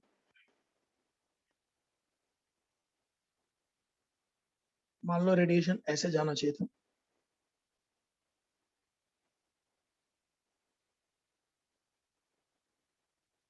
और यहाँ पे ऐसे हीटिंग हो रहा था। ये तुम्हारा गैस सैंपल है, H2 गैस। सो टेक्निकली इसको जाना ऐसे चाहिए था, बट ये ऐसे ना जाके कैसे जा रहा है, यहाँ से ऐसे मुड़ गया, और यहाँ आके 3 लाइन निकाल रहा है। अभी जो 3 लाइन यहाँ पे निकल रहे हैं, तीनों लाइन को देखो, इसका नाम हम रखेंगे एटॉमिक स्पेक्ट्रम। इसमें कोई डाउट नहीं है कि ये जो एटॉमिक स्पेक्ट्रम है ये एक एमिशन स्पेक्ट्रम है, क्योंकि हमने इसको हीटिंग करके कराया है। सबको क्लियर समझ में आ रहा है। हाँ सर। और ये जो एटॉमिक स्ट्रक्चर में ये 3 लाइन को कंसिस्ट करता है, जैसे सनलाइट 7 लाइन को कंसिस्ट करते थे, ये 3 लाइन को कर रहा है, ठीक है।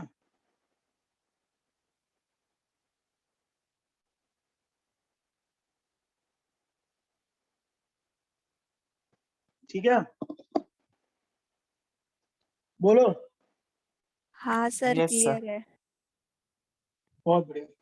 अब तुम सबको क्लियर हो गया होगा कि एमिशन स्पेक्ट्रम जब एटॉमिक लेवल पे की जाती है, यानी जब एटम वाले जो स्पेक्ट्रम होते हैं उसको ही हम लोग एटॉमिक स्पेक्ट्रम। अब हम इससे पहले कि हाइड्रोजन लाइन स्पेक्ट्रम की तरफ बढ़े, एक दो चीजें क्लियर करते चलते। जैसे एक जरूरी चीज है यहाँ पे क्लियर करना, वो है नंबर ऑफ लाइंस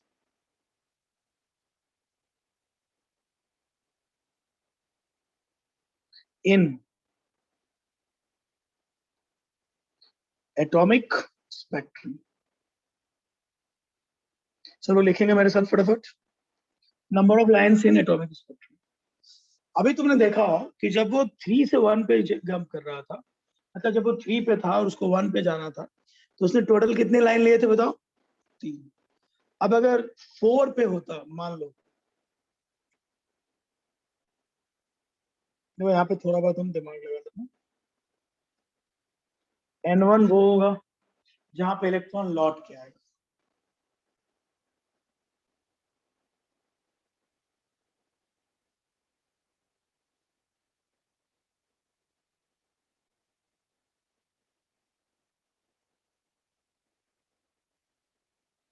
N2 वो होगा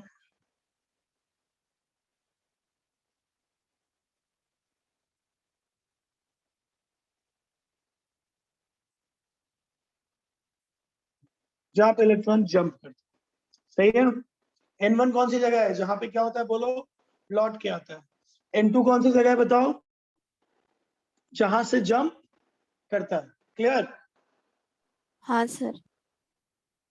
तो अब चलो, अब अगर मान लो N1 की वैल्यू 1 है और N2 की वैल्यू 4 है, तो can you tell me number of lines कितने होंगे? जैसे जब 3 पे था तो लाइन कितने निकले थे? 3। वैसे ही 4 पे होगा तो बता सकते हो कितने लाइन निकले? जल्दी 4 लाइन्स। अच्छे से सोचो, 3, और अच्छे से सोचो।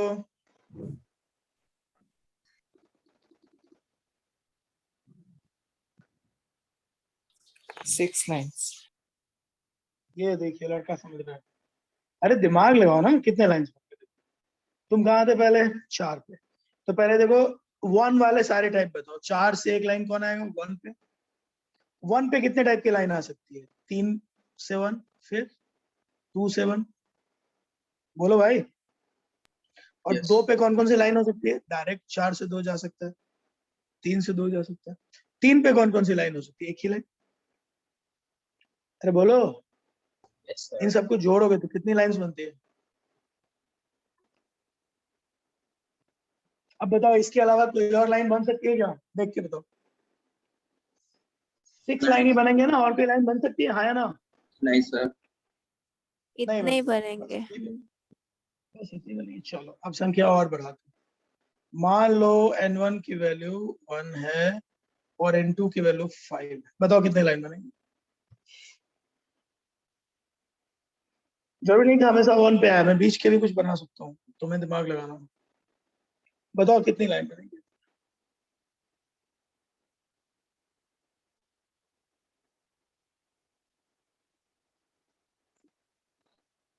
8,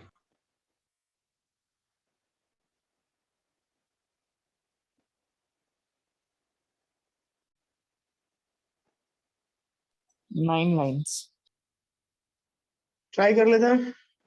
कितनी चॉइस है हमारे पास? 1 पे सारे लाइन, 5 1, 4 से 1, हाँ 10 आ रहा है, सही है बिल्कुल। 3 से 1, 2 से 1, 1 पे 4 ऑप्शन, 2 पे कितने ऑप्शन है?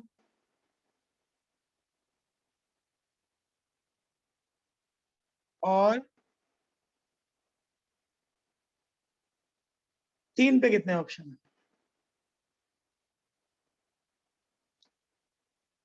और कोई बचा? सर 5 to 2 सर हो गया होगा। हाँ 5 से 2, 4 से 2 तो ले लिया ना। 5 से 1, 4 से 1, 3 से 1 ले लिया। 5 से 2 लिया, 5 से, अच्छा ओके 5 से 2 लिया, 4 सर से 2 लिया। सर 5 से 4 हाँ 5 से 4 सही कह रहे हो। एक 5 से 4 भी सही। तो टोटल संख्या कितनी हुई बताओ? 10 lines. सब लोग सीख गए? अब तुम समझ रहे हो जितना आगे बढ़ेंगे उतनी मुश्किल होगा ये काउंटिंग। तो हमको हाँ एक हाँ। फॉर्मूले की जरूरत है। मानते हो ना मुश्किल होता जाएगा काउंटिंग। Yes. देखो नंबर देखो 10, देखो यस पहले सर। कितने मिले थे हमको? 3, फिर मिले कितने? 6, फिर कितने मिले? 10। 3 6 10। Can you tell me next number क्या होगा?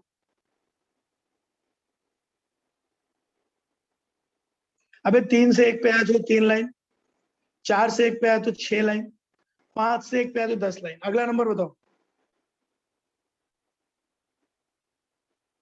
गेस कोई कर सकता है? देखो इन दोनों के बीच में कितने का गैप? 3 का। सर इनके बीच 15 में कितने का शायद। गैप?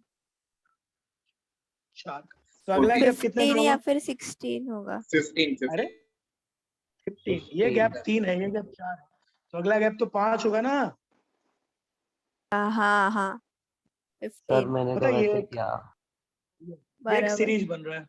तुम लोग आगे चल के पढ़ोगे प्रोग्रेशन, अर्थमेटिक प्रोग्रेशन, उसकी सीरीज बन रही है, उसी का एक फॉर्मूला यूज करके मैं तुम्हें बता देता हूँ, जो तुम यहाँ पे नंबर ऑफ लाइंस के लगा सकते हो अपने आप। तुम जब आगे पढ़ोगे मैथ्स, एपीजीपी, एचपी, तुम सीख पाओगे। ये एक सीरीज बन रही है, तो मैं उसी मैथ्स का यूज करके एक फॉर्मूला बना देता हूँ, summation of n2 minus n1। n2 क्या है? जहां से जंप हो रहा है। n1 क्या है? जहां पे जंप हो रहा है। ठीक, समेशन का मतलब क्या होता है? जैसे n2 माइनस n1 3 है, समेशन हो जाएगा 1 + 2 + 3।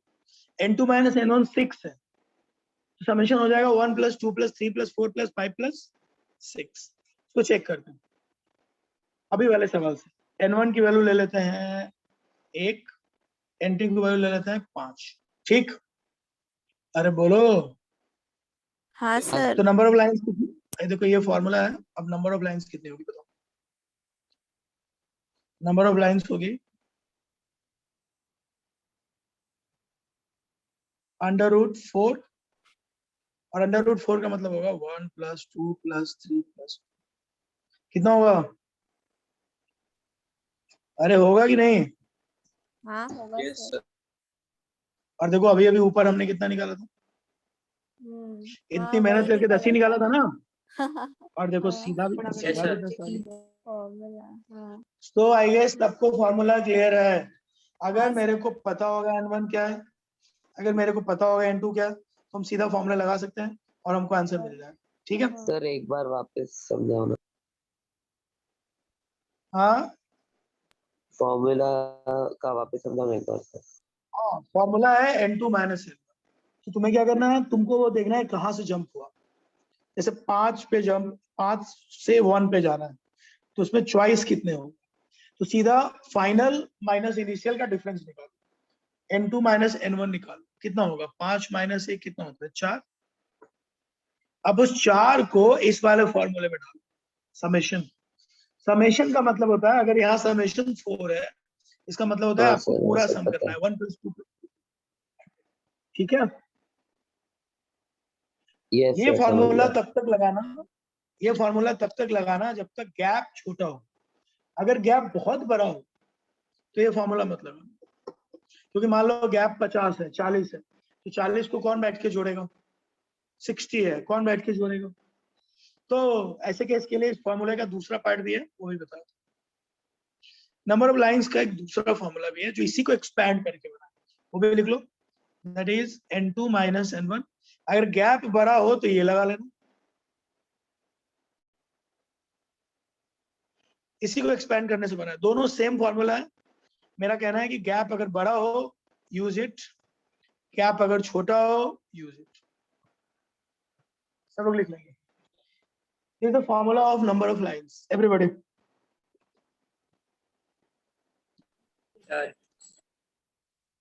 किसी को दिक्कत है तो बोलेगा।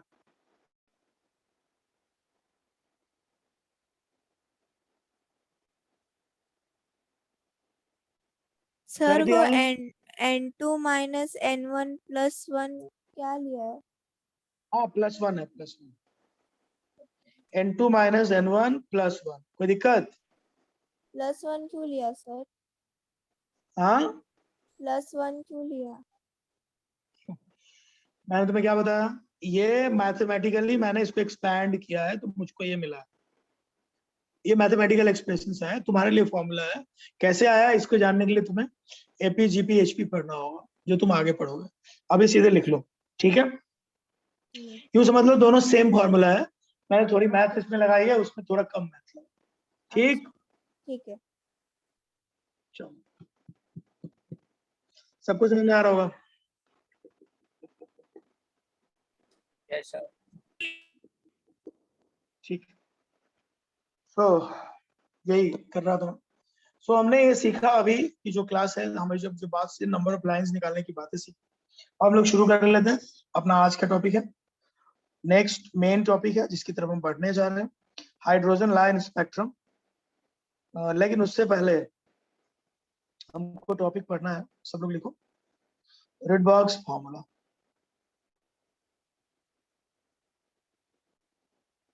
सब लोग लिखो भाई, रिडबर्ग्स फॉर्मूला। Sir, वो D है.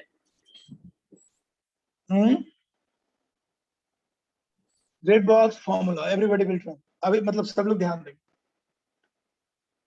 कैसे करते हैं। देखो देखो इसमें है क्या, दो अलग अलग लेवल्स हैं जहां से इलेक्ट्रॉन जंप करता है। भाई आपने हीट दिया, इलेक्ट्रॉन पर्टिकुलर एक प्लेस पे पहुंचा, वहां पहुंच के वो जंप कर रहा है। सो बेसिक पंगा ये है कि दोनों का गैप आपको लेना, ठीक है। तो दोनों का गैप आप कैसे पकड़ेंगे, कुछ ऐसे पकड़ेंगे। सो एनर्जी का फॉर्मूला दिया हुआ है, मान लो कि N1 स्टेट है ये, ठीक है। एक N1 है, एक N2 है। N1 क्या है, जहां पर जंप होता है। N2 क्या है बताओ, जहां से जंप होता है। Getting my point. N1 क्या है, जहां पर जंप होता है, और N2 क्या है बोलो, जहां पर जंप। ठीक, कोई भी होस्ट जो है, मुझे होस्ट बना दो यार। ये होस्ट कौन है, गलती से कोई बन गया बीच में, मुझे जल्दी से होस्ट बना दो, जो कोई भी हो यहाँ। हाँ गुड, नहीं तो फिर दिक्कत होगी सर। सर N1 और N2 वापस बोलो, कंफ्यूज हो रहा है। क्या हो रहा है, कंफ्यूज हो रहा है सर। N1 से जंप अरे हो रहा ऐसे है क्या फिर? कैसे, हाँ मैं लिख देता हूँ।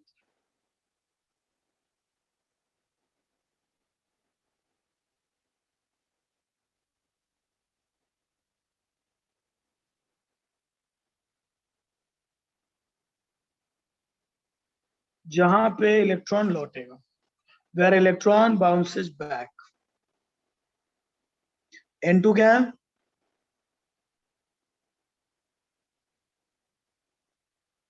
फ्रॉम वेयर इलेक्ट्रॉन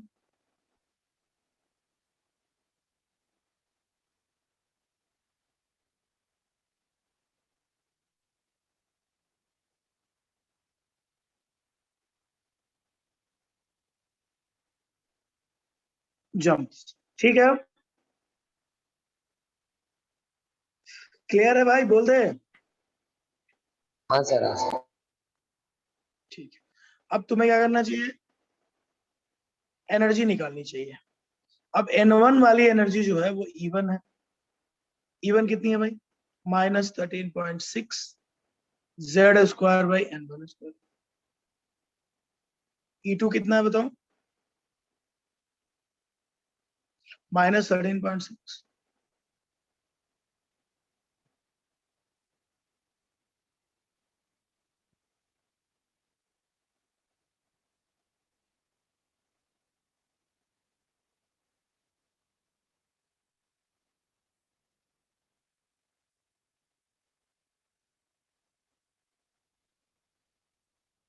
अब इन दोनों का डिफरेंस निकालते हैं।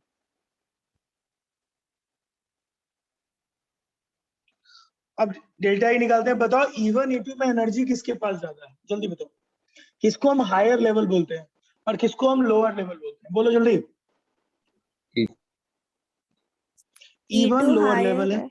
हाँ, बिल्कुल E1 सही बात। लोअर। E2 है। तो एनर्जी निकालने के लिए हमको क्या करना चाहिए, लिखना चाहिए हायर माइनस लोअर, यानी हमको यहाँ पे लिखना चाहिए E2 माइनस क्या, E1। अब E2 क्या है, E2 है -13.6 Z²/N2² and minus of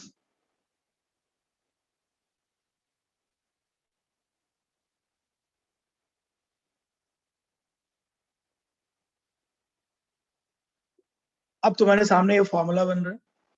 so delta E equal to क्या हो जाएगा बताओ, 13.6 अगर कॉमन ले ले तो अंदर आएगा क्या,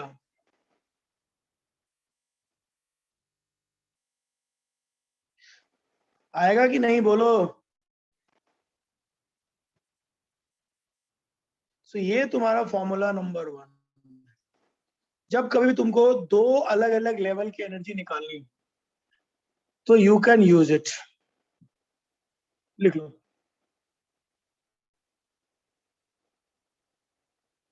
जैसे मैंने तुम्हें N1 दे दिया, N2 दे दिया और कहा कि इनके बीच में एनर्जी निकालो, तो सीधा निकाल लेना, आसान।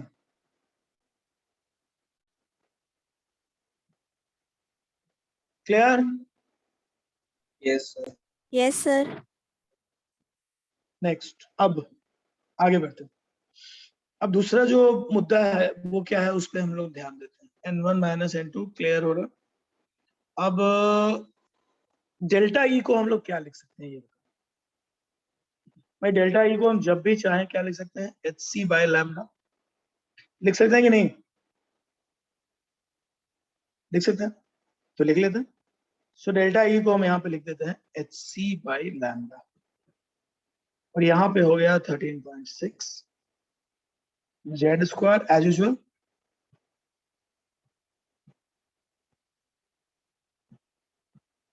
चलता रहेगा, देखो किसी को कोई दिक्कत है तो बोलेगा। नेक्स्ट, सर थोड़ा ऊपर अब मैं क्या करता हूँ, स्क्रॉल एच को करो ना, थोड़ा मान लो, ऊपर करो ना। ठीक है, अरे ये लो, अब ठीक है। बस बस, हाँ सर। कहाँ छोड़ दिया तुमने, ये लो। नहीं नहीं, वो आप ठीक, अभी लिख रहे थे ना, वो लिखना था। ये हो गया लिख के। ठीक है, हाँ बस। और नीचे करो, नहीं बस बस। लिख लो।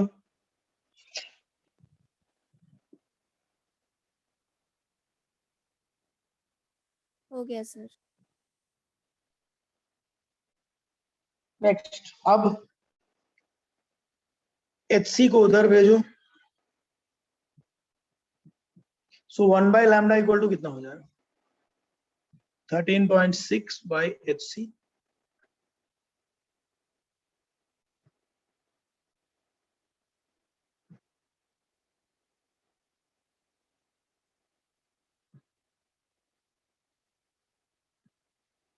अब h की वैल्यू सबको पता है,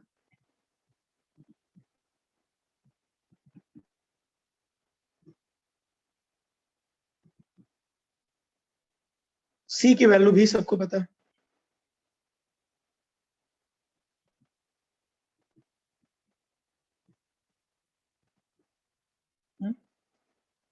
h पता है, c पता है, और मैं 13.6 इलेक्ट्रॉन वोल्ट को जूल में लिख रहा हूं,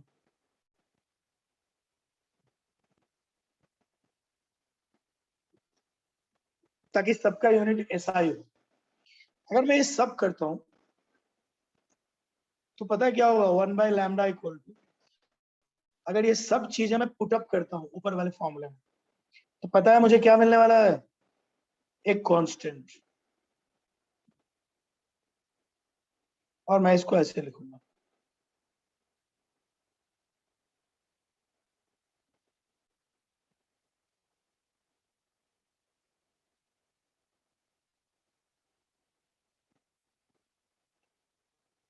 ये जो आर एच है, तुम देख के समझ चुके होगे कि आर एच जो है वो किसके बराबर है, बताओ। आर एच इक्वल टू है actually 13.6 into 1.6 into 10 raised to the power minus 19 divided by h into c।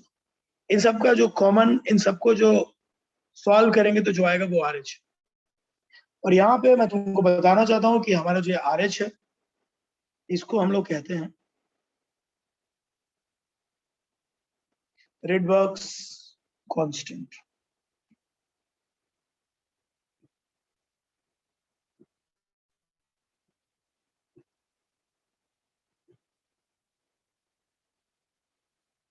लिख लो सब लोग, ठीक।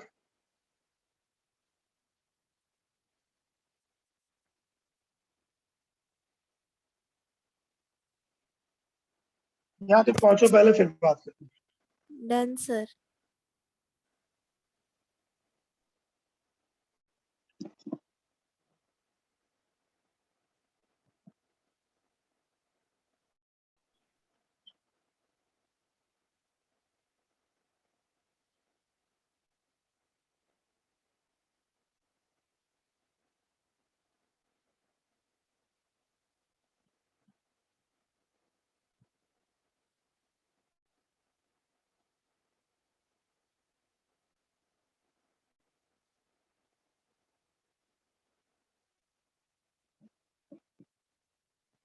बोलो।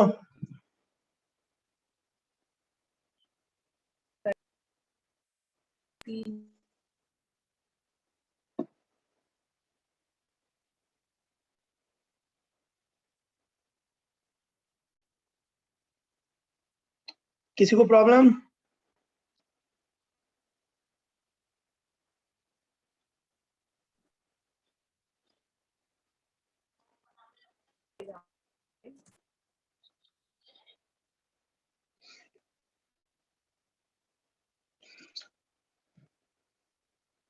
आगे बढ़े? Yes, sir. ओके, सो रिडबर्ग्स कांस्टेंट के बाद जो टॉपिक हम शुरू करने जा रहे हैं वो है, अब इसमें वैल्यूज एक बार चेक कर लेंगे हम लोग कि रिडबर्ग की क्या आएगी। वैसे मैं तुम्हें बता दूं, जैसे h एक कांस्टेंट है वैसे रिडबर्ग भी एक कांस्टेंट है और इसकी वैल्यू बार बार होती रहती है, आती रहेगी। मैं इसकी वैल्यू अभी लिखवाऊंगा थोड़ी देर में। इस फॉर्मूला की क्वालिटी क्या पता? देखो ध्यान से, इस फॉर्मूला में ना तुमको सीधा तुमको वेवलेंथ मिलेगा। अगर तुम कुछ और फॉर्मूला लोगे ना तो तुमको वेवलेंथ नहीं मिलेगा, कुछ और भी मिलेगा। लेकिन इस वाले फॉर्मूला में तुमको सीधा क्या मिलेगा? वेवलेंथ। क्लियर है सबको? Yes sir. Yes. Done done done, बहुत बढ़िया। सो अभी मैं अभी इसकी वैल्यू लिखूंगा, इसके बाद हम लोग समझेंगे कि क्या क्या और हो सकता है। लेकिन मैं तुम्हें बताना चाहता हूँ कि पहला वाला जो हमने फॉर्मूला लिया था, ये वाला, इस फॉर्मूला में हम लोग डायरेक्ट एनर्जी निकाल सकते थे। देखो ध्यान से, है ना? इस फॉर्मूला में हम लोग एनर्जी निकाल सकते थे, है ना? ये एनर्जी वाला फॉर्मूला था। लेकिन इस फॉर्मूले की क्वालिटी क्या है कि जो रेडिएशन हो रहा है ना, हम उसका वेवलेंथ एग्जैक्टली निकाल सकते हैं। ठीक है, इसलिए अभी जो हमने लिखा 1/λ equal to RH Z square upon 1/N1 square minus 1/N2 square, ये जो हमारा हो गया ना, ये हो गया रिडबर्ग्स फॉर्मूला।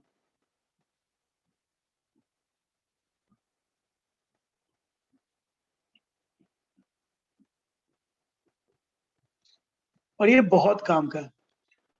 इसकी क्वालिटी क्या है कि इसमें हमको डायरेक्ट वो जो जंप होगा, उसका जो एनर्जी निकलेगा, उसका जो सीधा वेवलेंथ होगा वो निकल जाएगा।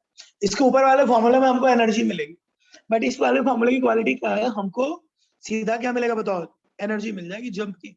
तो हमारा बहुत सारा काम हो जाएगा यार, एक दो नहीं, बहुत सारा।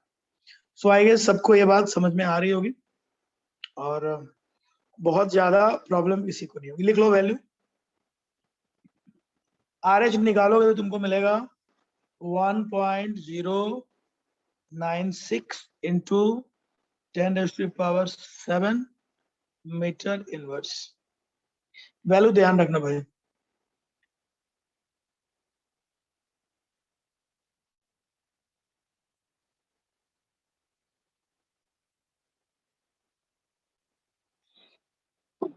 अब तो ये समझ में सबको आ रहा होगा कि भाई अलग अलग जंप करोगे तो एनर्जी अलग अलग निकलेगी, हाँ है ना? और जब एनर्जी अलग अलग निकलेगी तो रिलीज भी अलग अलग होगी, और जब रिलीज अलग होगी तो उसका वेवलेंथ भी अलग होगा। बोलो। हाँ सर, बराबर। बोल दे भाई। हाँ सर। इसलिए और तो उसकी वेवलेंथ भी अलग अलग होगी। और वेवलेंथ हम क्यों निकाल रहे हैं अलग से, इसका एक और कारण। तुम्हें याद है जिस दिन हम लोग इलेक्ट्रोमैग्नेटिक रेडिएशन पढ़ रहे थे तो उस दिन तो मैं तुमको कहा था कि किसी भी वेव में किसी भी रेडिएशन की पहचान उसके वेवलेंथ से होती है। वेवलेंथ ज्यादा है, कम है, ये हमें उसका पहचान बताता है। ठीक है, वेवलेंथ कम है, जैसे विबज्योर में तुमने देखा कि जो रेड था उसकी पहचान है कि उसका वेवलेंथ सबसे कम, सॉरी हाँ सबसे ज्यादा इनफैक्ट। सो वेवलेंथ के थ्रू ही तुम पहचानोगे कि ये इंफ्रारेड है, वेवलेंथ के थ्रू ही तुम पहचानोगे कि ये क्या बोलते हैं उसको, ये इंफ्रारेड है, ये कॉस्मिक रेज है, या ये विजिबल स्पेक्ट्रम है। कौन सा स्पेक्ट्रम है, किस टाइप का स्पेक्ट्रम है, उसकी पहचान करने का और कोई तरीका नहीं है सिवाय इसके कि तुमको क्या पता होना चाहिए, उसका वेवलेंथ। इसलिए वेवलेंथ पता करके हम टेक्निकली उसके हम उसकी पहचान करते हैं और उस बेसिस पर ही करते हैं। सो ठीक है, हम वापस लौटते हैं इस पे जो डिस्कशन हमारा चल रहा था। ठीक है, सो मुझे लग रहा है बहुत ज्यादा दिक्कत किसी को नहीं होगी, सब लोग इसको समझ सकते हैं आसानी से और कर सकते हो। बोलो, कोई कुछ बोल रहा है?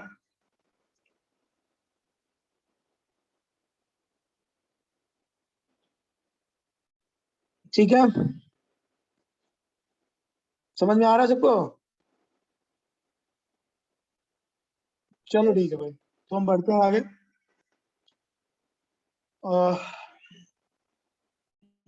डन। अब देखो, अब यहाँ शुरू कर लेते हैं हम लोग बचे हुए समय में हाइड्रोजन लाइन। जल्दी जल्दी लिखते हैं स्पेक्ट्रम।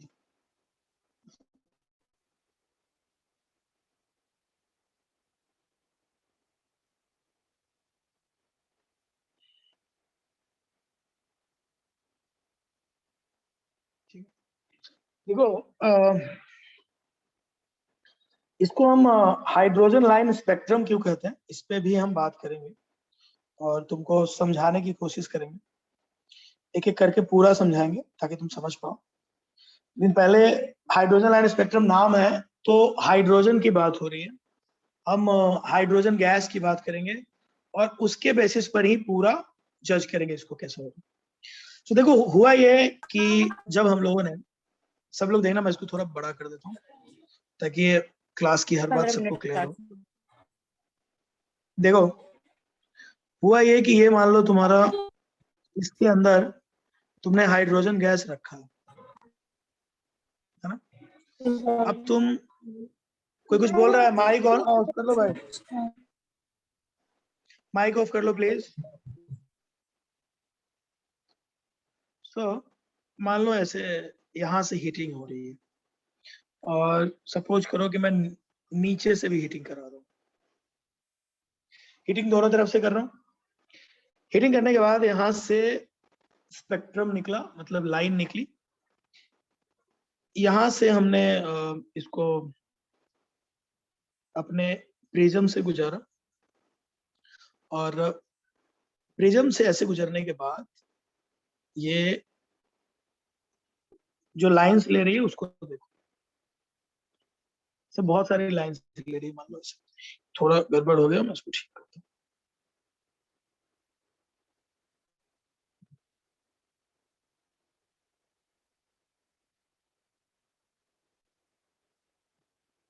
सो यूं, ये बहुत सारी लाइंस यहाँ से निकली, बहुत सारी। अब ये जो लाइन यहाँ से निकली, सब लोग देख रहे होंगे, इस लाइन को जब मैं यहाँ व्हाइट पेपर पे या फोटोग्राफिक फिल्म पे लेके दिखाता हूँ तो मुझे यहाँ पे जो स्पेक्ट्रम दिखेगा, ये जो स्पेक्ट्रम, ये जो मुझे दिखेगा, यहाँ पे एटलीस्ट 6 तो मैं बना ही सकता हूँ, इसको ही हम लोग बोलते हैं हाइड्रोजन स्पेक्ट्रम। हाइड्रोजन गैस लो, उसकी हीटिंग कराओ, हीटिंग कराने के बाद इसको यहाँ पे थोड़ा सा ना बांध के भी रखते हैं, थोड़ा सा बाहर निकलता है एंड देन इस तरह से यहाँ पे स्पेक्ट्रम बन रहा है। देखो, इसमें मैंने 6 में बांटा है, उसका मतलब भी तुम्हें समझाऊंगा। इस स्पेक्ट्रम को हम लोग कहते हैं हाइड्रोजन। इसको अगर स्पेक्ट्रोमीटर पे बहुत ध्यान से देखें, या जो सीरीज है उसमें बहुत ध्यान से देखें, तो कुछ कुछ और बातें हैं जो मैं तुमको बताना चाहता हूँ और इसको तुमको देखना चाहिए।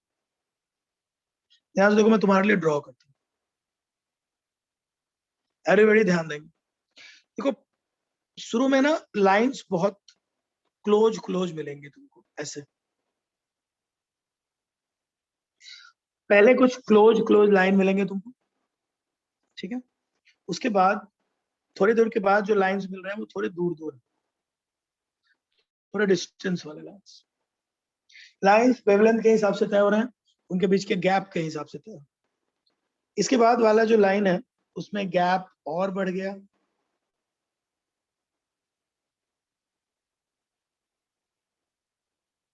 देख रहे हो, गैप बढ़ते जा रहे। इसके बाद वाले लाइन में गैप और बढ़ा। समझ में आ रही बात? यहाँ पे मैं कहना चाहता हूँ कि ये एक टाइप का रेडिएशन है, ये एक टाइप का रेडिएशन है, ये एक टाइप का रेडिएशन है, ये एक टाइप का रेडिएशन, ठीक है। और ऐसा नहीं कि और रेडिएशन नहीं है, और भी आगे, बट मैं जस्ट समझाना चाह रहा हूँ। सो यहाँ पे जो समझना है, ये जो पहला वाला है, यहाँ पे क्लोज क्लोज लाइन बन रहे हैं, ये यूवी रेडिएशन। थोड़ा दूर दूर वाला जो है वो विजिबल है, और दूर वाला और बाकी सब, यहां से जितने लोग बचे सबके सब इंफ्रारेड है। मतलब कुल मिला के 3 टाइप के रेडिएशन निकलते हैं। कहां से? जब हाइड्रोजन गैस को तुम क्या करते हो बताओ? हीट करते हो। हीट करने के बाद जो रेडिएशन निकलता है बाहर, उसको तुम प्रिज्म पे लेते हो। प्रिज्म को उस क्या बोलते हैं उसको, फोटोग्राफिक फिल्म पे लेते हो। तो जो स्पेक्ट्रम बनता है वहां पे, उसके बारे में हम लोग बात कर रहे हैं कि जो स्पेक्ट्रम बन रहा है वो 3 तरह के बनते हैं, यूवी, विजिबल, इंफ्रारेड।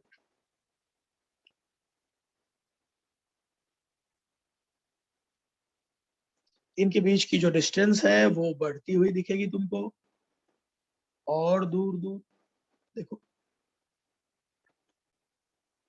ये जो देख रहे हो ना, क्लोज लाइन, दूर लाइन, इसलिए इसको लाइन स्पेक्ट्रम। मैं आगे समझाऊंगा कि और क्या ऑप्शन है, फिलहाल तो इसको तुम लाइन स्पेक्ट्रम बोल सकते हो। सबने नोट कर लिया क्या? इसको नोट करो जल्दी।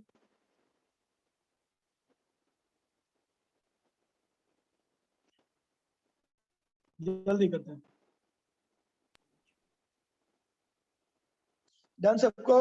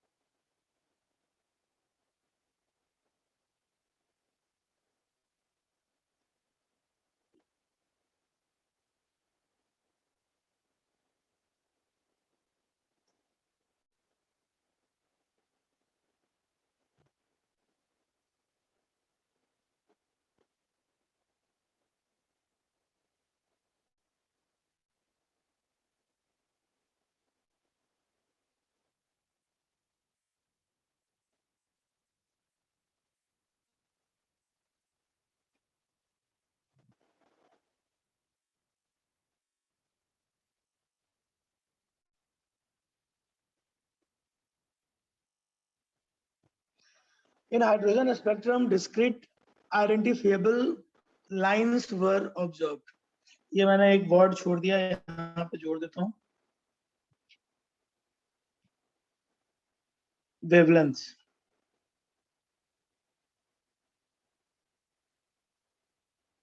In hydrogen spectrum, discrete identifiable wavelengths were observed. There is systematic arrangement in group. लिखते चलो.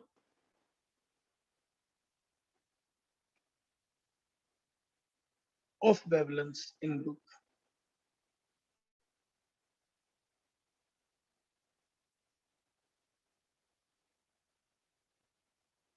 जल्दी जल्दी लिखेंगे.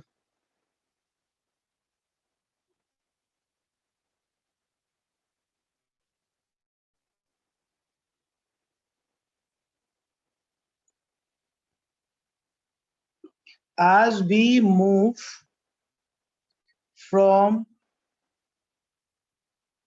low to high wavelength,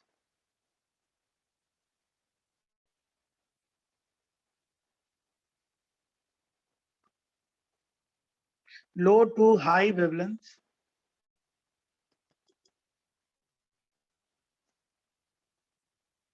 distance between two successive wavelengths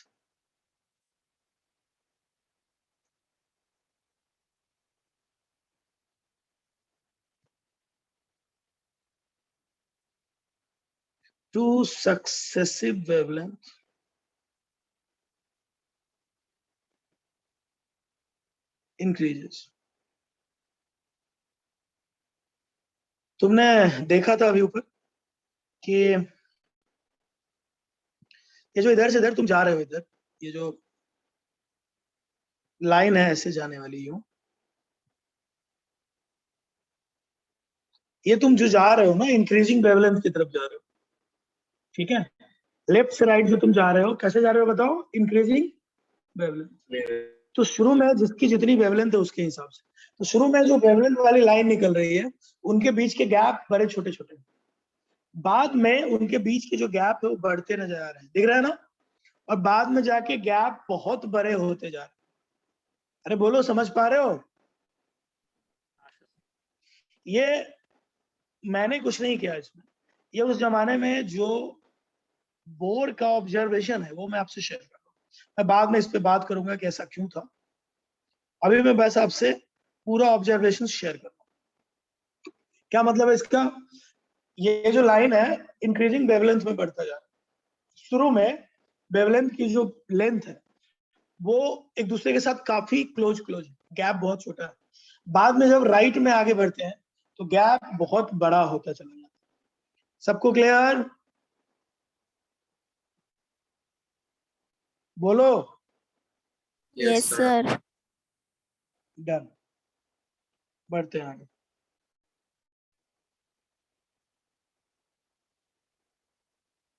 next, तो ये एक पॉइंट है,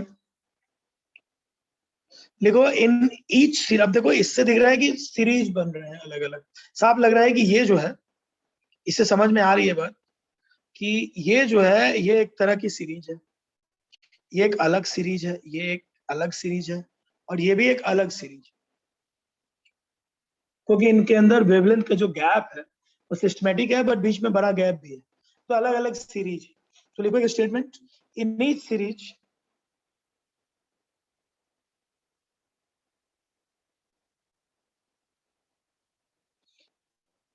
देखो, in each series wavelength approaches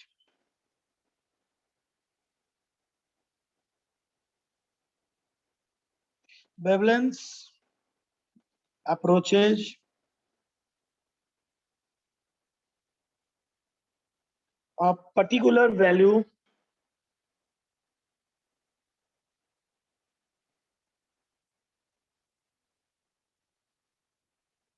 approaches a particular value called series limit.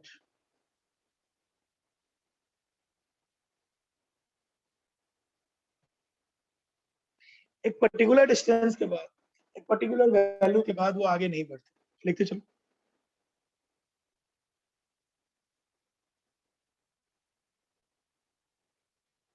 मैं समझाऊंगा इस बात को, शायद तुम्हें नेक्स्ट डे समझ में आए।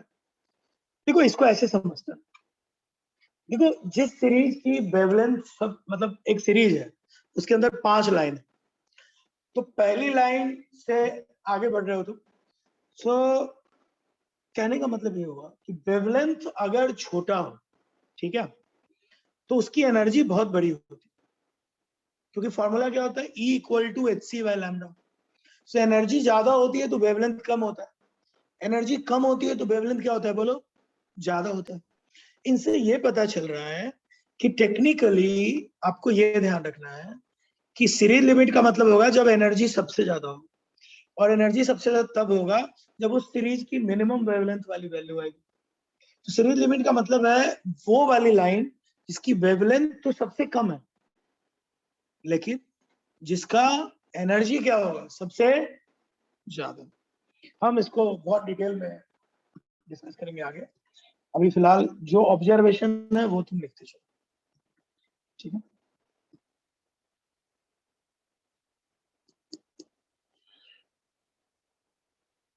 देखो we have 6 series observed in hydrogen line spectrum.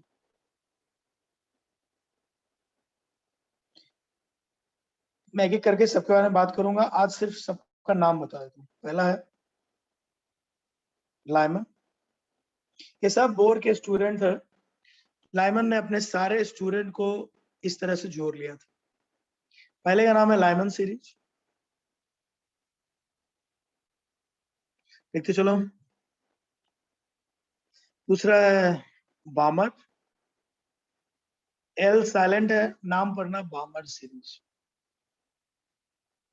तीसरा है पाश्चन सीरीज। चौथा है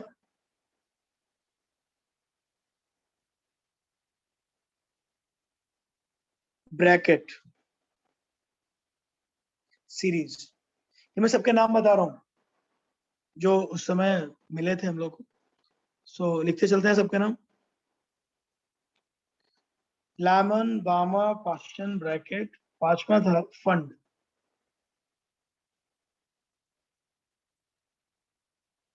और छठा है हम्फ्री।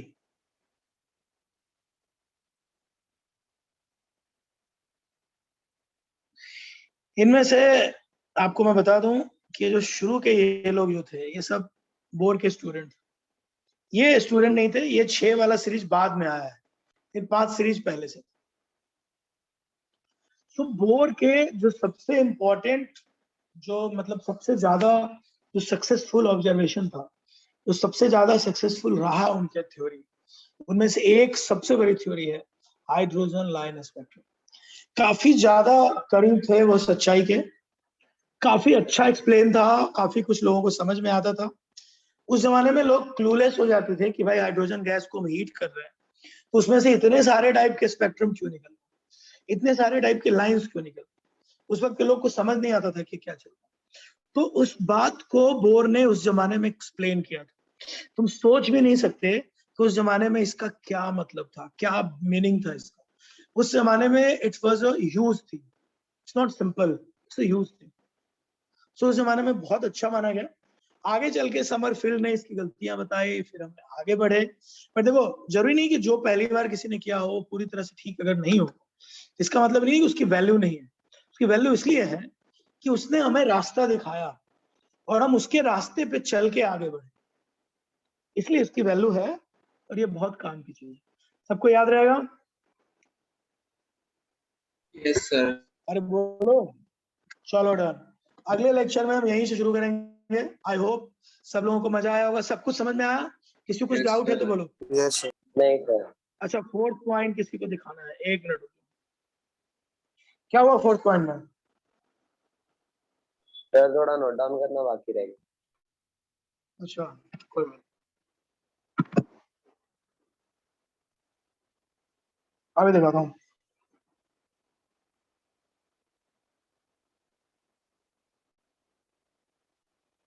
चलेगा सर, आप नोट भेज दो उसके लिए।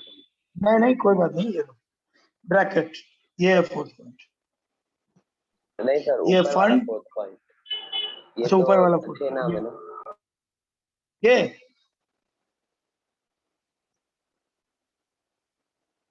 हाँ ये वाला फोर्थ पॉइंट। हाँ तो लिखो लिखो।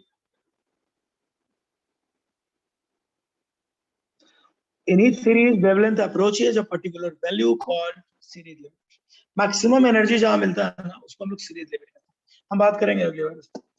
क्लैरिटी आ गई सबको? Yes sir. ठीक है भाई। सो यही था आज की क्लास में। नेक्स्ट डे हम यहीं से आगे बढ़ेंगे। I am very much sure कि सबको खूब समझ में आया होगा। अगली बार हम यहीं से आगे बढ़ेंगे। चलो bye bye, take care. Yes sir, bye sir.